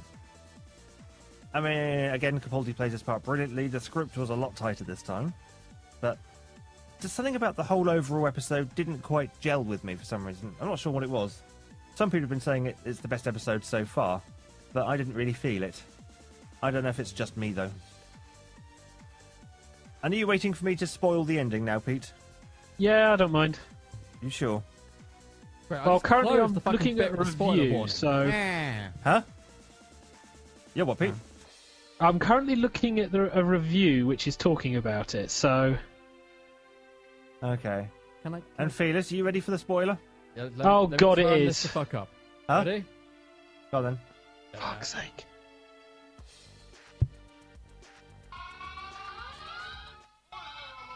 We can barely hear that. Okay, that's enough. Right, so, yes. The Missy character is indeed a gender-bent master. Stupid! Stupid! Stupid! And my first reaction was, oh, what the fuck? My second reaction is, awesome. So they can change into women. Yeah, which we knew. I didn't. Yeah, the Doctor had actually referenced that it is possible before. Yeah. And it's in the outer canon as well. I But it- think Anthony Head actually transformed into a woman at one point in his brief Time Lordy career. In the radio serials. Yeah. But But I didn't know they could. it's how Well, no. that's the thing. It's like how. Well, No. when one Time Lord loves himself very much, As the master does, frequently, he does it to maintain his life. It's good for your heart. hearts. Oh, good point, yes. But yeah, was there an explanation as to why he's actually back from the, proper death? From the time-locked Time Lord universe that he staggered into. Time. Wibbly wobbly, timey wimey stuff. It's gotta be, because the bloody Cybermen are back again after being eradicated For the umpteenth time. by an eradication bomb, literally. On the other hand, we've had 6 seasons of Daleks when they got wiped from all history in the first fucking season. Yep. So, Nothing ever stays dead. It's worse than Mortal Kombat. worse than Marvel. That's saying something. Yeah. Oh I god. hear So they're bringing that's back Uncle Ben at some point. I think the only thing that's stayed dead has been Canine. We haven't seen him since bloody... Sarah Jane. Yeah. So that was Doctor Who season 8, episode something or other. This is the last. This is the run into the final few, isn't it? This The is last final few. episode is the next one, I think, isn't it? Yeah, I think. Oh, Yes. it's the ending of 3-parter. No, I saw the bits where it's saying it's the first half of the finale. Oh, okay. So, Where So- the Master will undoubtedly get killed, the Cybermen get destroyed, and then Again. next season they'll both be back. Yeah. But I must say, in terms of pacing, this episode is very well paced, very well shot. The script's a lot tighter, as I said. But overall, it just didn't gel for me. I don't know why. On paper, it's the perfect episode. The twist Well- was slowly and graciously revealed. bit with the Master, as it just seems to be like a fuck you to everybody who is campaigning over the last year and a half. They're going, For getting the Time Lords back, yeah. no, for actually having a female Doctor come in for the next season. And they're like, nope. I don't see why we need a female doctor, though. I don't see why it's, we can't have one. I'm not fussed, but I don't see the point in having a female Master either. It's nearly half past. I don't know. I know. But I have no objections to there being a female doctor, but I do object to doing it for doing its sake, if that makes sense. If they do it just because people demand a female doctor, I don't think that's the right reason. If they have a good story reasoning Well, for having a most female actual doctor, stories for Doctor Who, besides the most, all the companions are falling in love with him bit, every other story would work equally well with a male or female doctor. That's why people were sat there going, well, come on, isn't it about time? I would honestly prefer a female doctor. I'd love to see a female tenant doctor thing. No. That'd be awesome. No. Come on! Fuck off. So we'll have I- to see next week what the finale is like. Well, hang on, I'd just like to bring on one slight point into this. A female doctor, would probably be awesome, but my point is that with the male doctor, you get the female, not accomplice, that's the wrong word. Companion. Companion, Although thank you. most times accomplice / Yes. innocent bystander. But I I And- don't want another female fucking companion. Well, my thing is, the whole point of the companion is effectively the companion is you. It's the companion seeing all these wonderful things, and it's the companion's reaction, and they're supposed to kind of mirror your reaction to these wonderful things. In the more recent series, it's now turned around to the companion being more of a badass than the Doctor. But the whole point was originally is that all these worlds are unfurled to the companion, i.e. to you. And you're supposed to be able to put yourself in the companion's shoes, effectively. And Yeah. I don't know if it's just me personally, but I would find it a lot more difficult to do that if the companion was male. The companion doesn't have to be male. But Yeah. then you miss Although that. we would like to see You a missed male that. companion at some point. I'd like to Because see that'd one actually be kind of fun. I mean, properly. Rose's boyfriend tagged along for a few Mickey. episodes. Yeah, Mickey was okay. Mickey was alright, and Rory was actually really, when he joined, most of the time. When he that's- stopped being a simpering idiot, yeah. Yeah. But But before, But that's the point, is that this was all new to him, and he had the whole, shock thing, and after he got over that, oh no, it wasn't that. That was fine with it. It was the whole simpering over bloody redhead bitch all the Oh, yeah. fucking time. Amy Once he'd- Pond. Yeah, once he'd finished simpering over her and was able to go, oh, Wonderlands and things, these are actually pretty interesting. that one best line of Rory's was still, shall I repeat the question? But I don't know if it'd be as easy to get into with a male companion to a female doctor. And yes, the companion doesn't have to be male. It could be a female companion as well. But then you've got basically two lead females. And you lose that point of view difference. Two lead males, or a male and a female. Yeah, when you get a male and a female, you get those two very different perspectives. Whereas two of the same gender, you'd lose that perspective because quite often males will think along a similar train of thought and females will take a similar train of thought. That's why you always get the speculation of woman's logic, which is a thing men just don't understand. Well, this unfortunately is all conjecture because we won't have that as Thunder Rex Bournemouth. What we do have is the finale next week, where we're going to see if the build-up to having the mistress and the Cybermen actually pays off. So we'll have to have a look and see how that is next week. Yeah. So moving on then to wrap up The Shield. oh, it's hard. No, but- fast. We're going to have to catch up with Shield next time, because I have got to get back. Okay. At this point, I'm going to get back just as my girlfriend is going to bed, so... I've managed to get Hello World back up on the TigerTails radio site. I'm not going to bed anytime soon. I said my girlfriend. All right. Okay. Yeah, Alex doesn't go to bed anytime soon. Hello, world. Not if I'm coming back, he's not. Oh, God. I basically just had a fresh reinstall of WordPress. No homo, right? I've now got to try and edit everything so it's pointing at the right fucking database. I said And no then homo, Again. right? reinstall the themes. So, So, yes, with people needing to wrap up this rather overrunning episode. I also really need to pee. Well, go and have a pee then. go Whilst we're piss. wrapping up, Stop stalling, please. Okay. So it is on that note, a good night from the Xavier. Good night. I mean, it's a good night from the Felis. good night. A good night from the Angel Duck Song. Good night. And it's a good night. It's a good night from me, Disruption. TK. Thank you all very much for listening to this week's. I actually expected TK to break off the full song there, going, good night, sweethearts. Da, da, da, da, da. We'll meet again next week if everything works. Which He I says. very much Don't doubt you it miss will. UK Gold? How angry does Alex look right now? Alex? Tim Trevor Kickstarter. Oh look, Anita Sarkeesian's made another blog post. So let's talk for another half hour. As I was saying before people interrupted just to annoy Alex. He actually has.